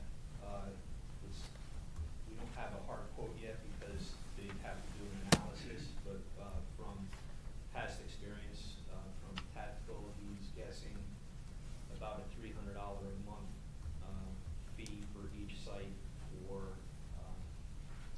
this fiber optic connection. So this is fiber optics though, right? This is, That's radio communication equipment that would go along with the fiber optic. Right. okay. So currently,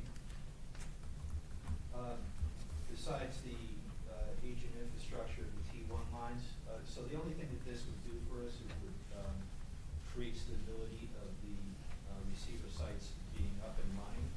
It would not improve our coverage. We would still have coverage issues. So that would bring us kind of up to par to where we were before, but with a more stable connection to keep these receiver sites up and running.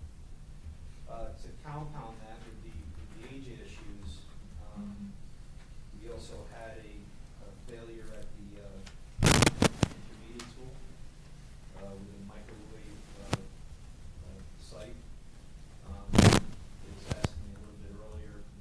Well, part of the issue is its aging. The microwave system had a catastrophic failure. They really don't know the cause of it. They took it back to the shop and they were testing it on the bench. They got it to fail once, can't get it to fail again. It has to be sent back to the manufacturer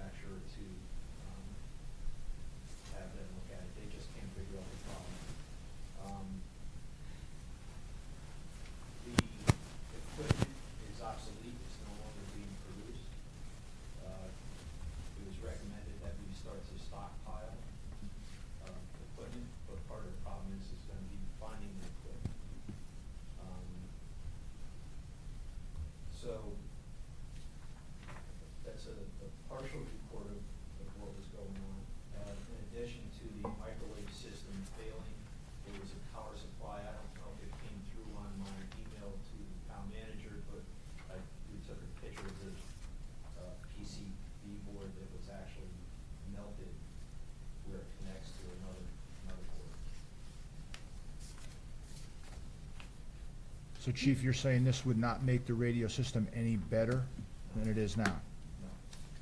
This would be getting it up to Just more where it was a reliable. couple months ago?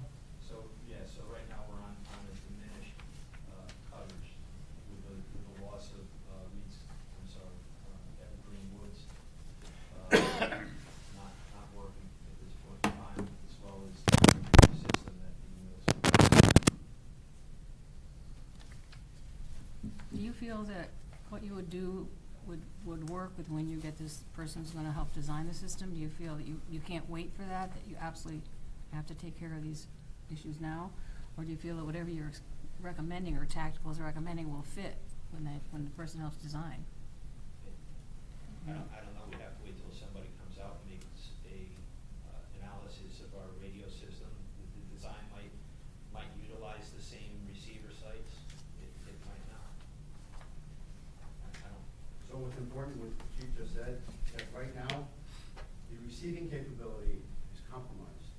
So that means whether we're in a patrol car, fire apparatus, EMS vehicle, or a public works vehicle, in those areas that are serviced by the Evergreen Woods satellite receiver, in the area that's serviced by the Reeds Gap Road receiver and transmitter, the transmitter at Commerce Drive, receiver at Commerce Drive, the receiver at 654 Foxen Road, in those areas, when a site is down, you're depending upon the other sites to capture the information, your transmission, and relay it back to dispatch. But that's not possible because other sites are down. And what's also important is what the chief said, is that if tactical were to come out and jury rig Evergreen Woods back up, and there was another T1 issue, as he said, that particular site takes over the other sites and compromises our entire communication system. I documented this in an email that I sent to the town manager, and I think the mayor received a copy as well as all the fire and police commissioners. That was dated on the 25th of February. Again, you may say to yourself, okay, 15, 20 minutes without a radio system, no big deal, maybe no calls happen. But guess what? Had something happened, just like Councilor Posmaster said, you knew that we had a significant safety issue with our communication system. This dates back to 2008. We come here repeatedly. This is, and I said this before, and I feel for you because it's a very technical issue. It's a very technical situation to comprehend satellite receivers, transmitters, simulcast system, subscriber units, and so on. So what's really important to us is to provide for the utmost level of communications for emergency responders in this town. And I also got to remember that we go out of town as well for many purposes, whether it's for mutual aid, transport to the hospital, out of this area. So having that range is really, really important to us. We can't depend upon cell phones. That's antiquated thinking. That's not 2020. It doesn't work like that. So, yeah, so,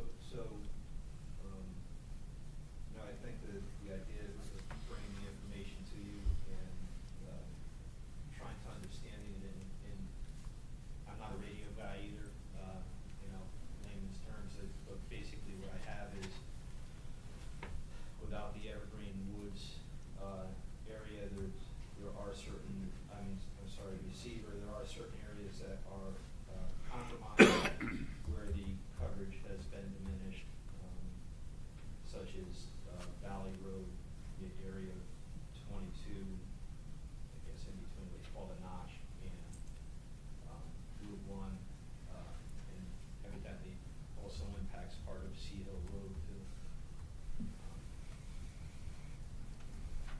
The discussion of accessing fiber at these sites is nothing new. We have broached this topic a number of times over the years, probably just hasn't reached your level. So when we talked about the radios before, we knew that we were gonna have to Band-Aid some stuff to get us until we decided on a new system. I see some numbers in here, but then I see other stuff doesn't have numbers. Do we have any idea what the total cost of Band-Aiding this at this point is? No idea. I just added it up, and I think, just to get it on the floor for discussion, I'll make a motion that we approve $110,000 in emergency repairs to the radio system, to get us by.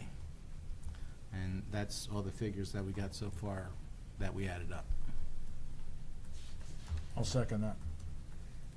Okay, so I just wanna, so you have 75,000 here for. I have 75,000 For for the fiber optic. fiber optic. I have 3 months at $300 per line for the 3 sites. 3 sites, chief? That's dependent upon, that's an estimate based on. Whether they have fiber optic or not. Previous experience. So I did times 3 receiver sites, and I also took batteries I threw in there, and then, Well, this sheet here from Tactical is equipment That's equipment. in addition to the fiber optics, right. right? Well, it does not include, not The- including the string of the cables, if you will. The 25,000 for each of those sites. Yeah, and it doesn't include the associated routers that go along with it. Right, that's the 19,000. Well, no, that's what, no. 19,000 plus, well, that's close to 20,000, plus they're estimating another 5,000, because his quote, if you look in there, I don't know, some of them are highlighted, it doesn't include the router and the stringing of the fiber optic cables. It's Yeah, this one. Yeah.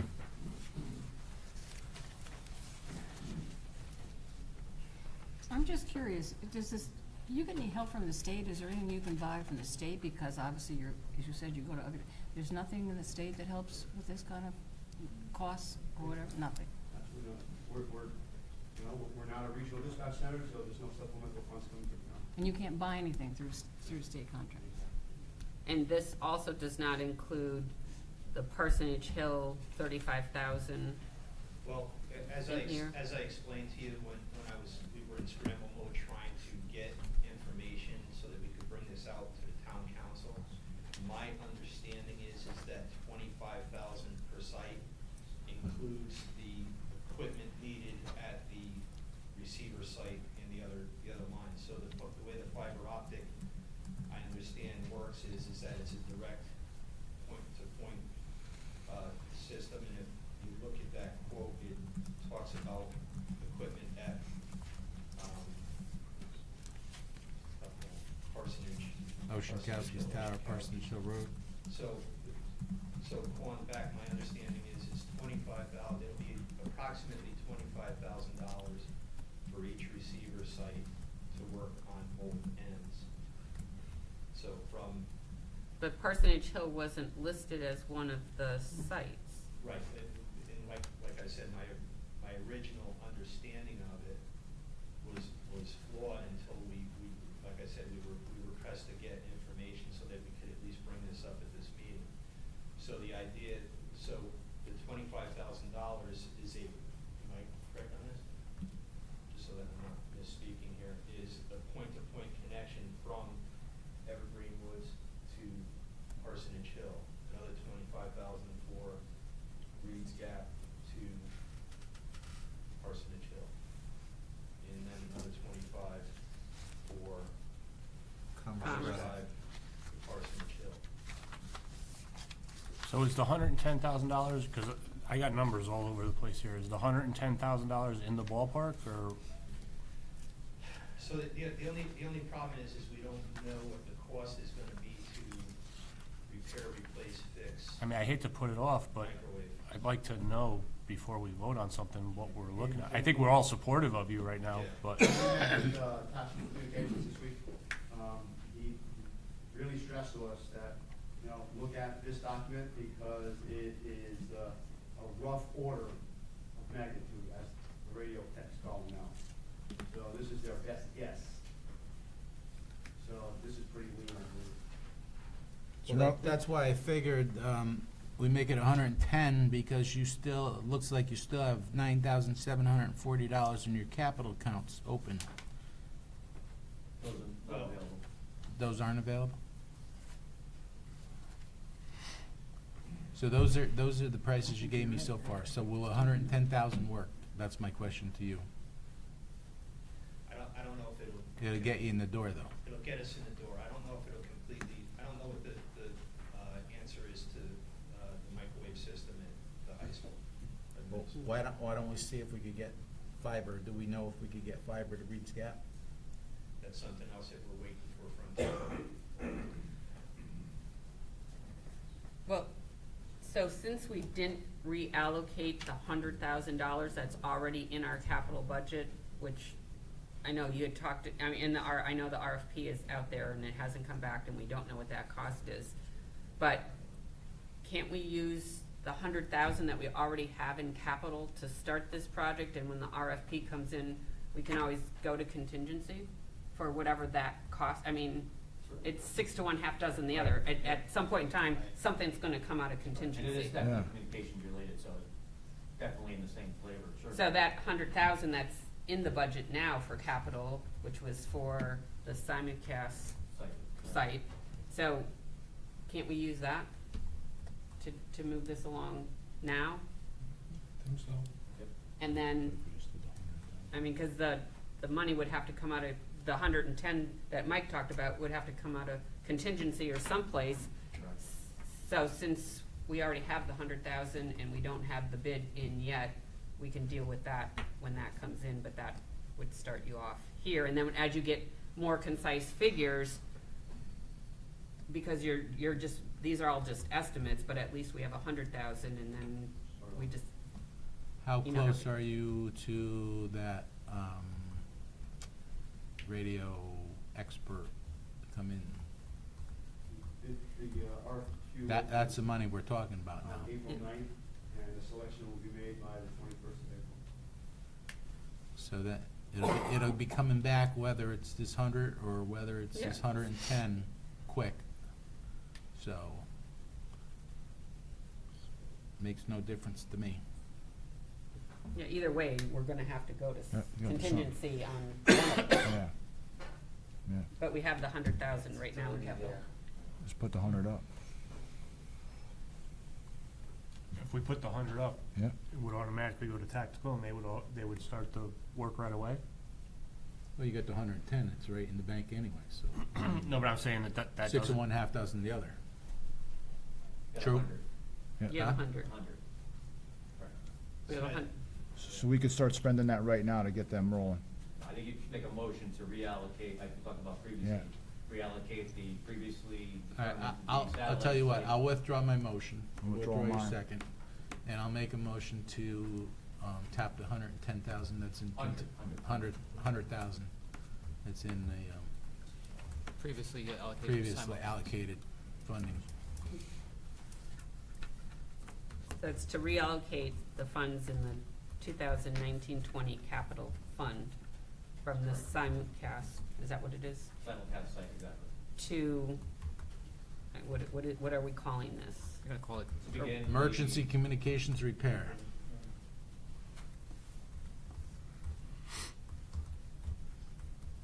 So for clarification, this would fall under a sole source provider?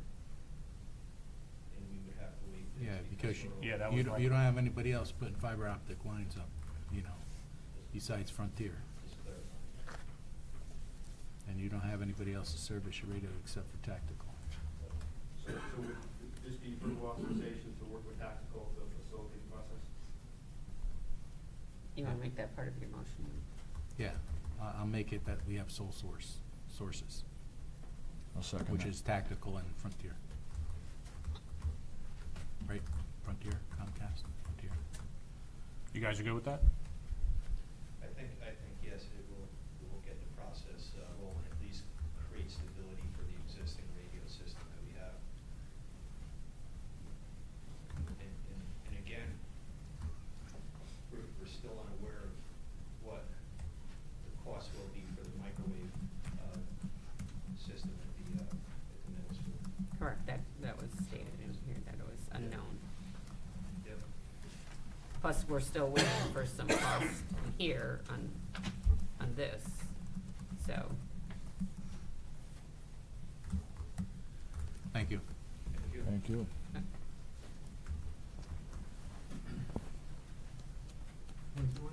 motion again, just so we're all clear? Michelle, you got it, right? Sure I do. I have that Counselor Duty moved, seconded by Counselor Code, to reallocate $100,000 from the previously allocated money for the simulcast to be reallocated for emergency communications repair with sole source. Okay. Any more discussion? Thank you. Is that- Yeah. Okay, thanks. Roll call? Mayor Viglione, Yes. Deputy Mayor Zampiano, Yes. Counselor Angeloni, Yes. Counselor Diamond, Yes. Counselor Duty, Yes. Counselor Goode, Yes. Counselor Paternoster, Yes. Counselor Palicia. Yes. Okay, so the other issue on all of this that we had was the portable radio batteries for the fire department. And it said that we needed approximately $3,900 because there was money coming from other accounts in the fire department, and you were still short $39,000. Working on this past week, I have two accounts, one out of the ambulance fund, one out of the fire department account. That provides me with $2,055 and change to work with. And I'll just be a little reserved.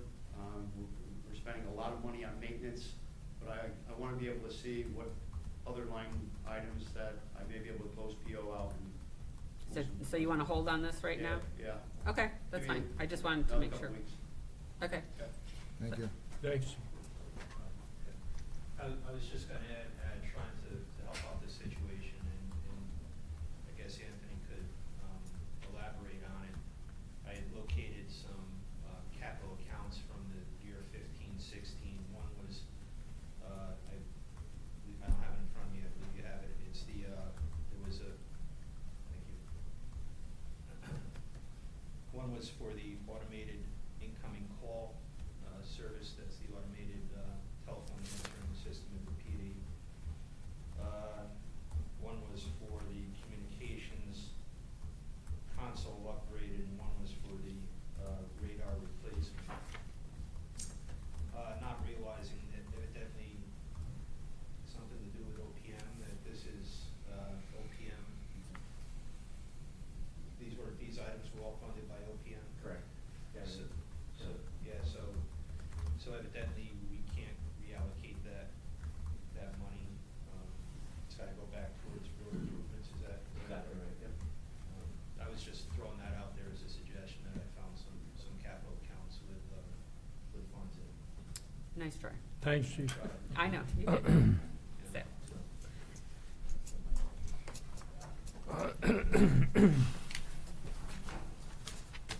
All right, next is, Marie. next is townwide facilities maintenance. Is that you, Marie? Me? Well, as I said, at the planning, the 5-year planning subcommittee, we talked about the need for maintenance, and as each department had spoke to us, they talked about items in their budgets for maintenance that haven't happened. That's why we were making a recommendation to have a line item in the budget strictly for maintenance of town buildings. I think there's a strong need, and I know other people have mentioned that. I'll give you an example. I was with a bunch of people today who asked me to bring up the fact that they were in the senior center the other day, and one of the women went in to use the ladies' room. There's no soap, no towels, and it was dirty. Somehow we're missing the boat with maintenance of buildings. Well, And that's custodial, that. Well, okay, but I'm those just are- saying, Which somebody. they do have a custodian, so. Well, okay, but I'm just using that as a slight, you look at the tiles and the Stanley T, the roof was fixed, but there's all tiles that are stained. I mean, I think there's a strong need to put more emphasis on the maintenance of buildings in this town, and that's why we put an item in there, as a suggestion. I know it's a high number, but I think that it's something that this town council has to think about in terms of building maintenance. All town buildings. And I totally agree with you that something has to be done, but before we just throw, and I know that was an arbitrary number. That was just an arbitrary number, just to get the It's a very discussion. high arbitrary number because there's no backup data for that. So I would like to make a motion to refer this to the finance subcommittee so that we can start gathering some data. Have Anthony pull some data as far as what maintenance items, and also looking through our budget to see what each department already has in their budget for maintenance, so that we can come up with a number during our budget talks. Well, I would hope that you could come to the next planning committee meeting too, because that is, you know, something we're looking at. Yes, now that I know more in advance, I will be at the next one. But I agree that something has to be done with it, but I just think we need to gather some more But, information. I mean, when I say maintenance, I even, like you said, that was a custodial thing, but there should be overall, supervision of maintenance of the buildings, okay? And I think Right, that's so lacking. it doesn't always, I mean, to throw money at it doesn't always Okay, do we good if got- we don't have personnel also, so that's a part of that discussion Okay, also. and that's just, we have- the money put in there was for discussion purposes, okay? We have to basically separate the school from the town. The school should, somebody should be on the school about maintaining their buildings, with ceiling tiles at the high school, ceiling tiles at Stanley T. Williams. You know, if they're in the town side of Stanley T. Williams, well, we should address that, you know, but somebody should be overlooking these buildings or walking through the buildings, or we should have somebody to walk through the building, you know, and whether it's on a per diem basis or somebody from the outside, we should have somebody walk through once a month and just see what's, Well, I think with a checklist of what has to be Right, maintained. and I think Tom talked agree about with having- part of that, Mike. I mean, I think what we need to do is townwide, put a program together with various types of inspections that the department head, facility manager, whoever the title is they're responsible for their unit. And whether they delegate some of the inspections or not, because some of these things you catch and you fix right away. It's a whole program that you have to develop. I actually started doing it because I have all my stuff for the company that I'm employed for, but that's company property. So, you know, I've started actually creating some on my own that I was gonna go over with the town manager, and show him, where I was going with it, and, cause some of it's very, very simple. And that's where you identify the problem and then you fix the problem. It's almost that simple, but it's not just in the inspection, the inspection form, it's also the backup policy to that inspection form that you put together. And it's a living document, and it's something that you may find, well, gee, we should be looking at this, so you make a revision to your document and you add it to it. It's not,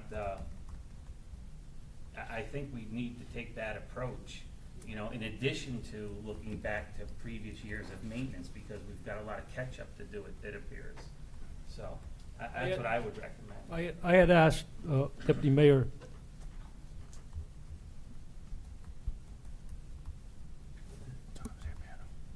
to look into this and work with Franny on this, and if you need a committee, if you need other people, get everybody together and see what you guys come up with. Something has to be done. Maintenance of these buildings has to be done. They just fall apart. So I asked Tommy to look into it. Franny, is that all right with you? Well, I think it should go through the town manager. No, he's involved too. No, but I mean, that Tom can work with the town manager, but that's Yeah. where it needs to come from. Yeah, well, Mike, you know about this. Yeah, Tom, I welcome Tom's help and expertise and the documentation. I think we'll be able to, you know, develop a program once I'm able to sit with Tom and discuss it, and then we can roll it out with the department heads and figure out. I think the department heads and they're at their facility, they understand that they know and should be charged with looking at that. I mean, a place like Town Hall, you know, we can handle that, you know, Okay. Stanley T. Williams, Public Works, Parks, things like that. Yeah, I mean, I'm willing to work on it, put it together, help it, and, you know, present it to Mike, my town manager, and then if he wants to bring in, you know, Franny or someone to review it with us, I mean, I have no, Yeah. you know, because once you see it, you'll be able to do it. I mean, it's not, you know, it's pretty basic. But Tom- yes, I'm willing to do that. Tom, with this plan, how much time would, like, for instance, like a principal in a school system, how much time would be spent, like, a month to do something like that? Like, an hour or two to go through? Yeah. But I don't know if we're doing it for the school system, we're just. Yeah, doing it yeah. for the I'm just town. saying You're for probably town looking at, buildings, like the typical. To do an inspection, just look at housekeeping inspection. To do town hall, if you did it right, if you did it correctly, you could do it in an hour. Hour in a month, 1 hour a month. I think it's important too that. Could like Rose it said, even be an hour a quarter, you know, I mean, what do you do, Well, monthly or certain things are, quarterly? certain things are House- quarterly. Housekeeping is monthly, electrical would be quarterly, physical plant would probably be, or physical building would probably be, biannual, twice a year. And then if you have fences, you incorporate that too. If you have a perimeter fence, twice a year, you should walk it. Because you'd be surprised what you find where, the little ties are spring off the poles, for various reasons.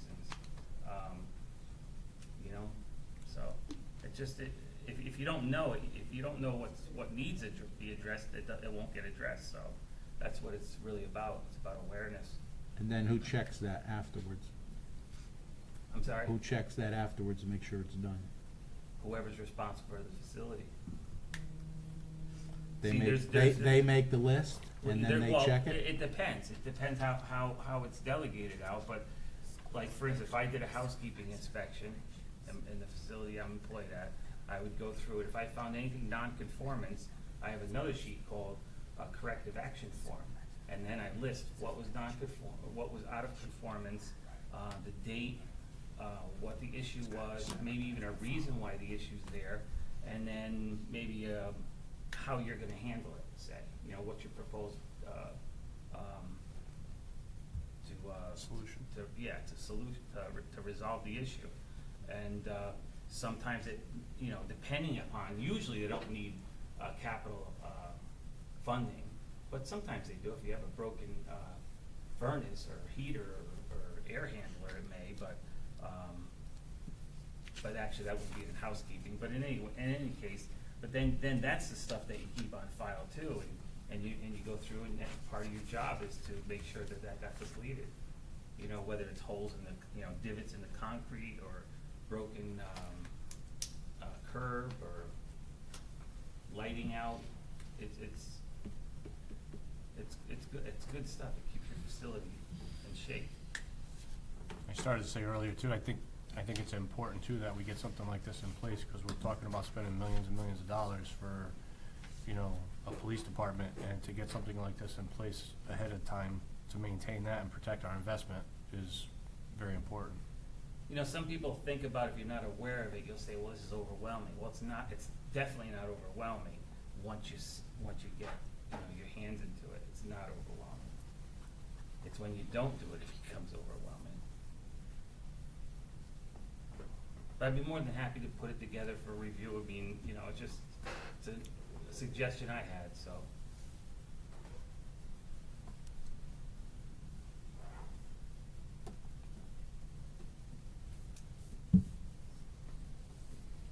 Moving I on. think it's a great. Good stuff. Yeah. Yeah, I think it's a great idea too. Okay. Next is contingency appropriation, police station code compliance issues.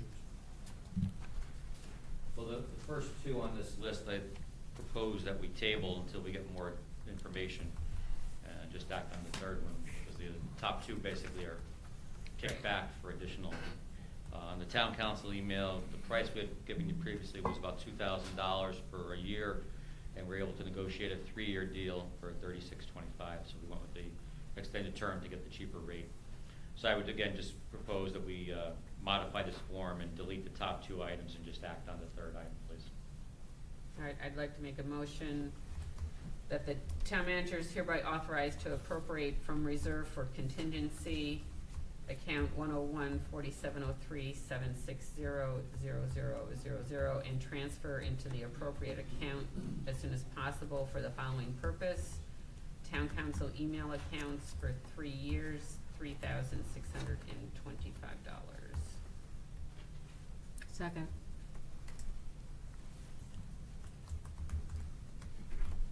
Motion made by Counselor Angeloni, seconded by Counselor Diamond. Any discussion? Are we using these emails yet? You have to set it up. They were It's a sent little out to the challenge. various. They're up and running. Well, I mean, I We have haven't mine got on my anything phone, yet. but I haven't gotten an email yet, so I was just curious. Haven't got a hello yet. It's a little Yeah, we're challenging still to set getting it up. email, I mean, I'm still getting emails for town-related stuff to my old one, Gave you a code? even though it's, I set it up on my Hey, iPad. can you send us a hello, Anthony? I will. I would say about, Or you about leave, I have them about it. a week ago, we got the email. This from Anthony. Any more discussion? Roll call? Mayor Figueroa. Yes.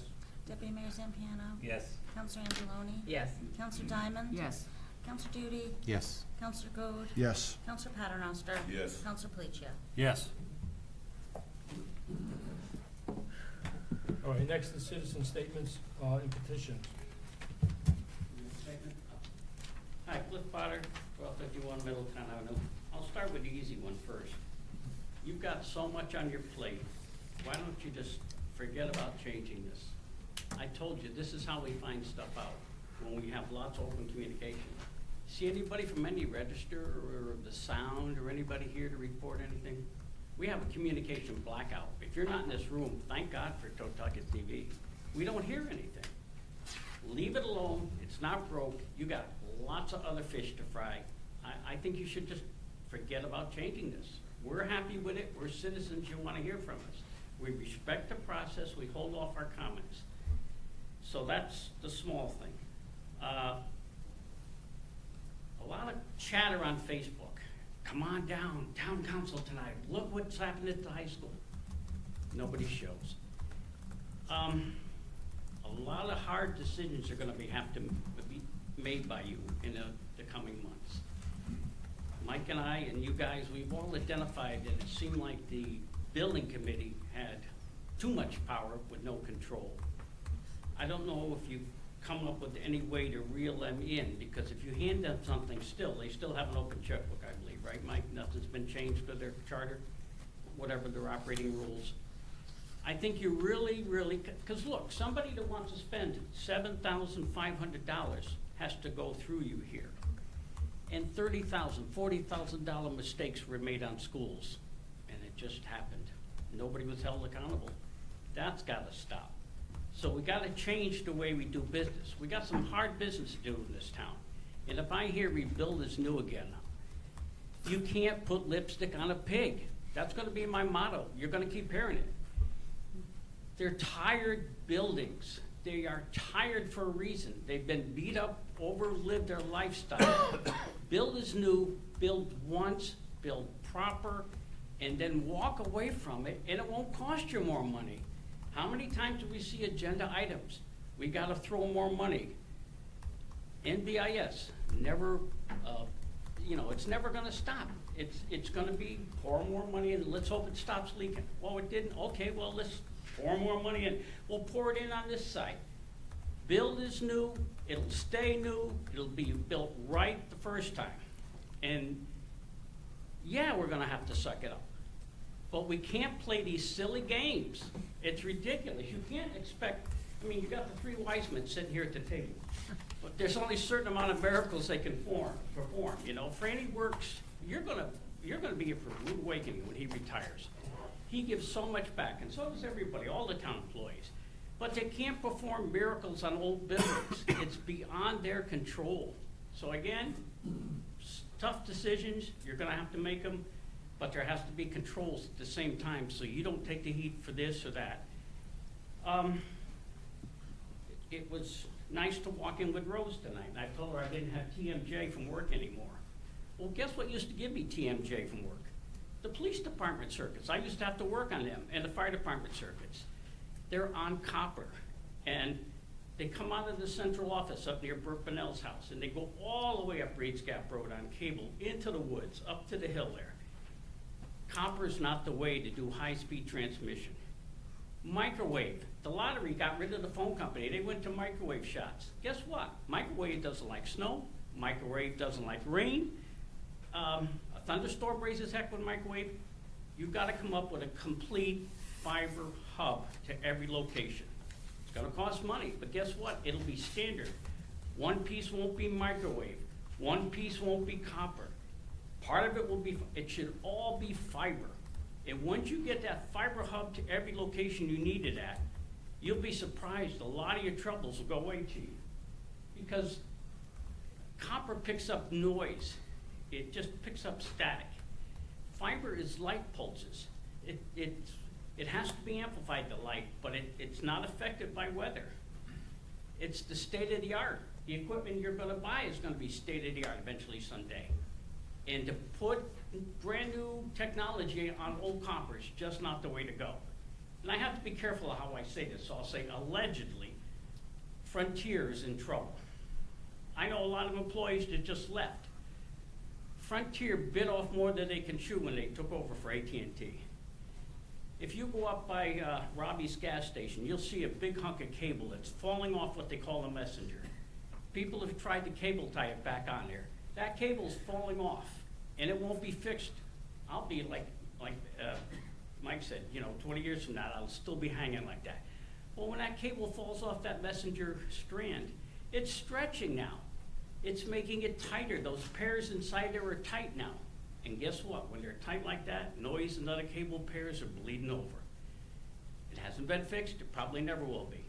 So you got to abandon old technology. You've got to go fiber. It will be done right. It's new technology.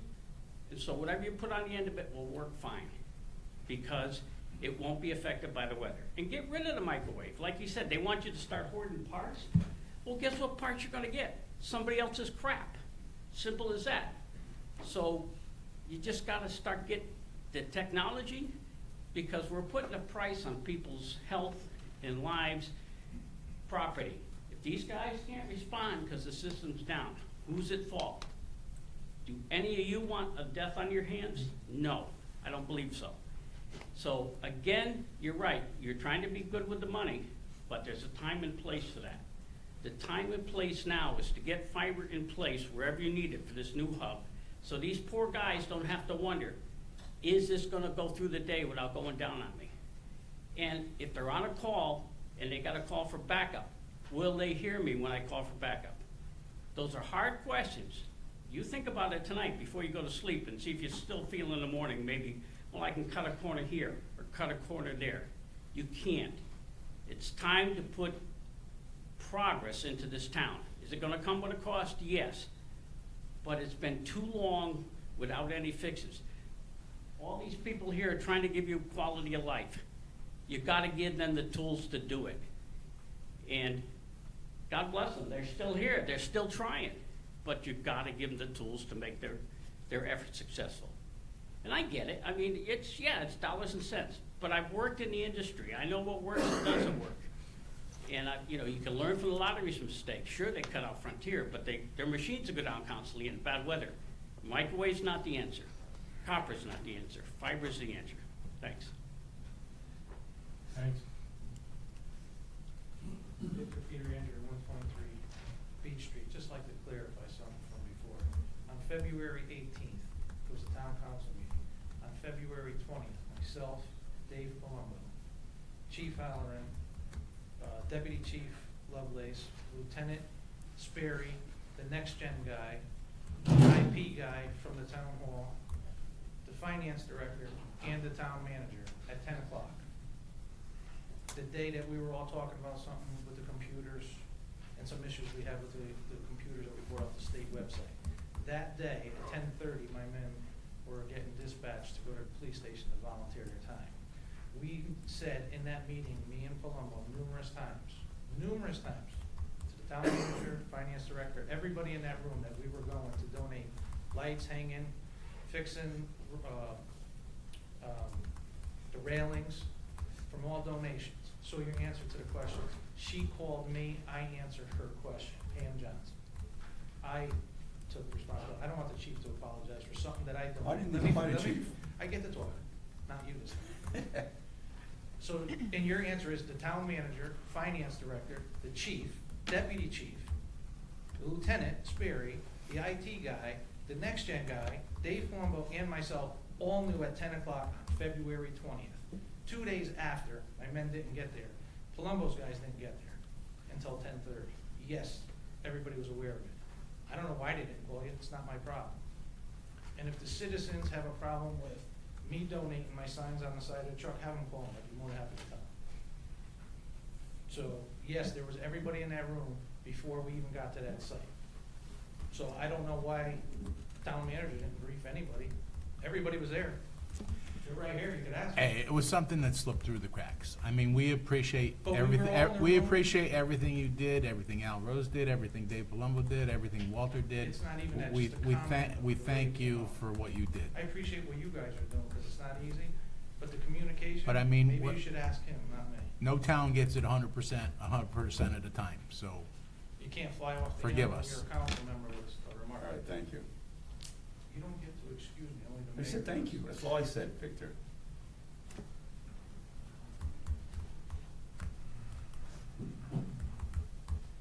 So I would be remiss if, on behalf of the men and women of the North Branford Fire Department, I thank you for listening to Chief Holland and myself tonight and taking the information seriously that we have been provided with from our, basically our technical advisor at this time, and putting our radio system back to an operational state that it should be 24/7, 365. I can't tell you, and Anthony said, oh, you look frazzled tonight. I said, yeah, I am, matter of fact, for a number of reasons. And it has to do with how we operate in this town and how this town operates. What's critically important, and as Mr. Potter said, some very tough decisions are going to be made in the next month, 2 months, 3 months about how we continue to move forward. And it's critical that public safety takes the front seat for our citizens and for our taxpayers. So again, on behalf of the men and women of the North Branford Fire Department, thanks for listening to us and believing in us. Thank you. Thank you. Thank you. Thanks, Chief. Thank you for all you guys do.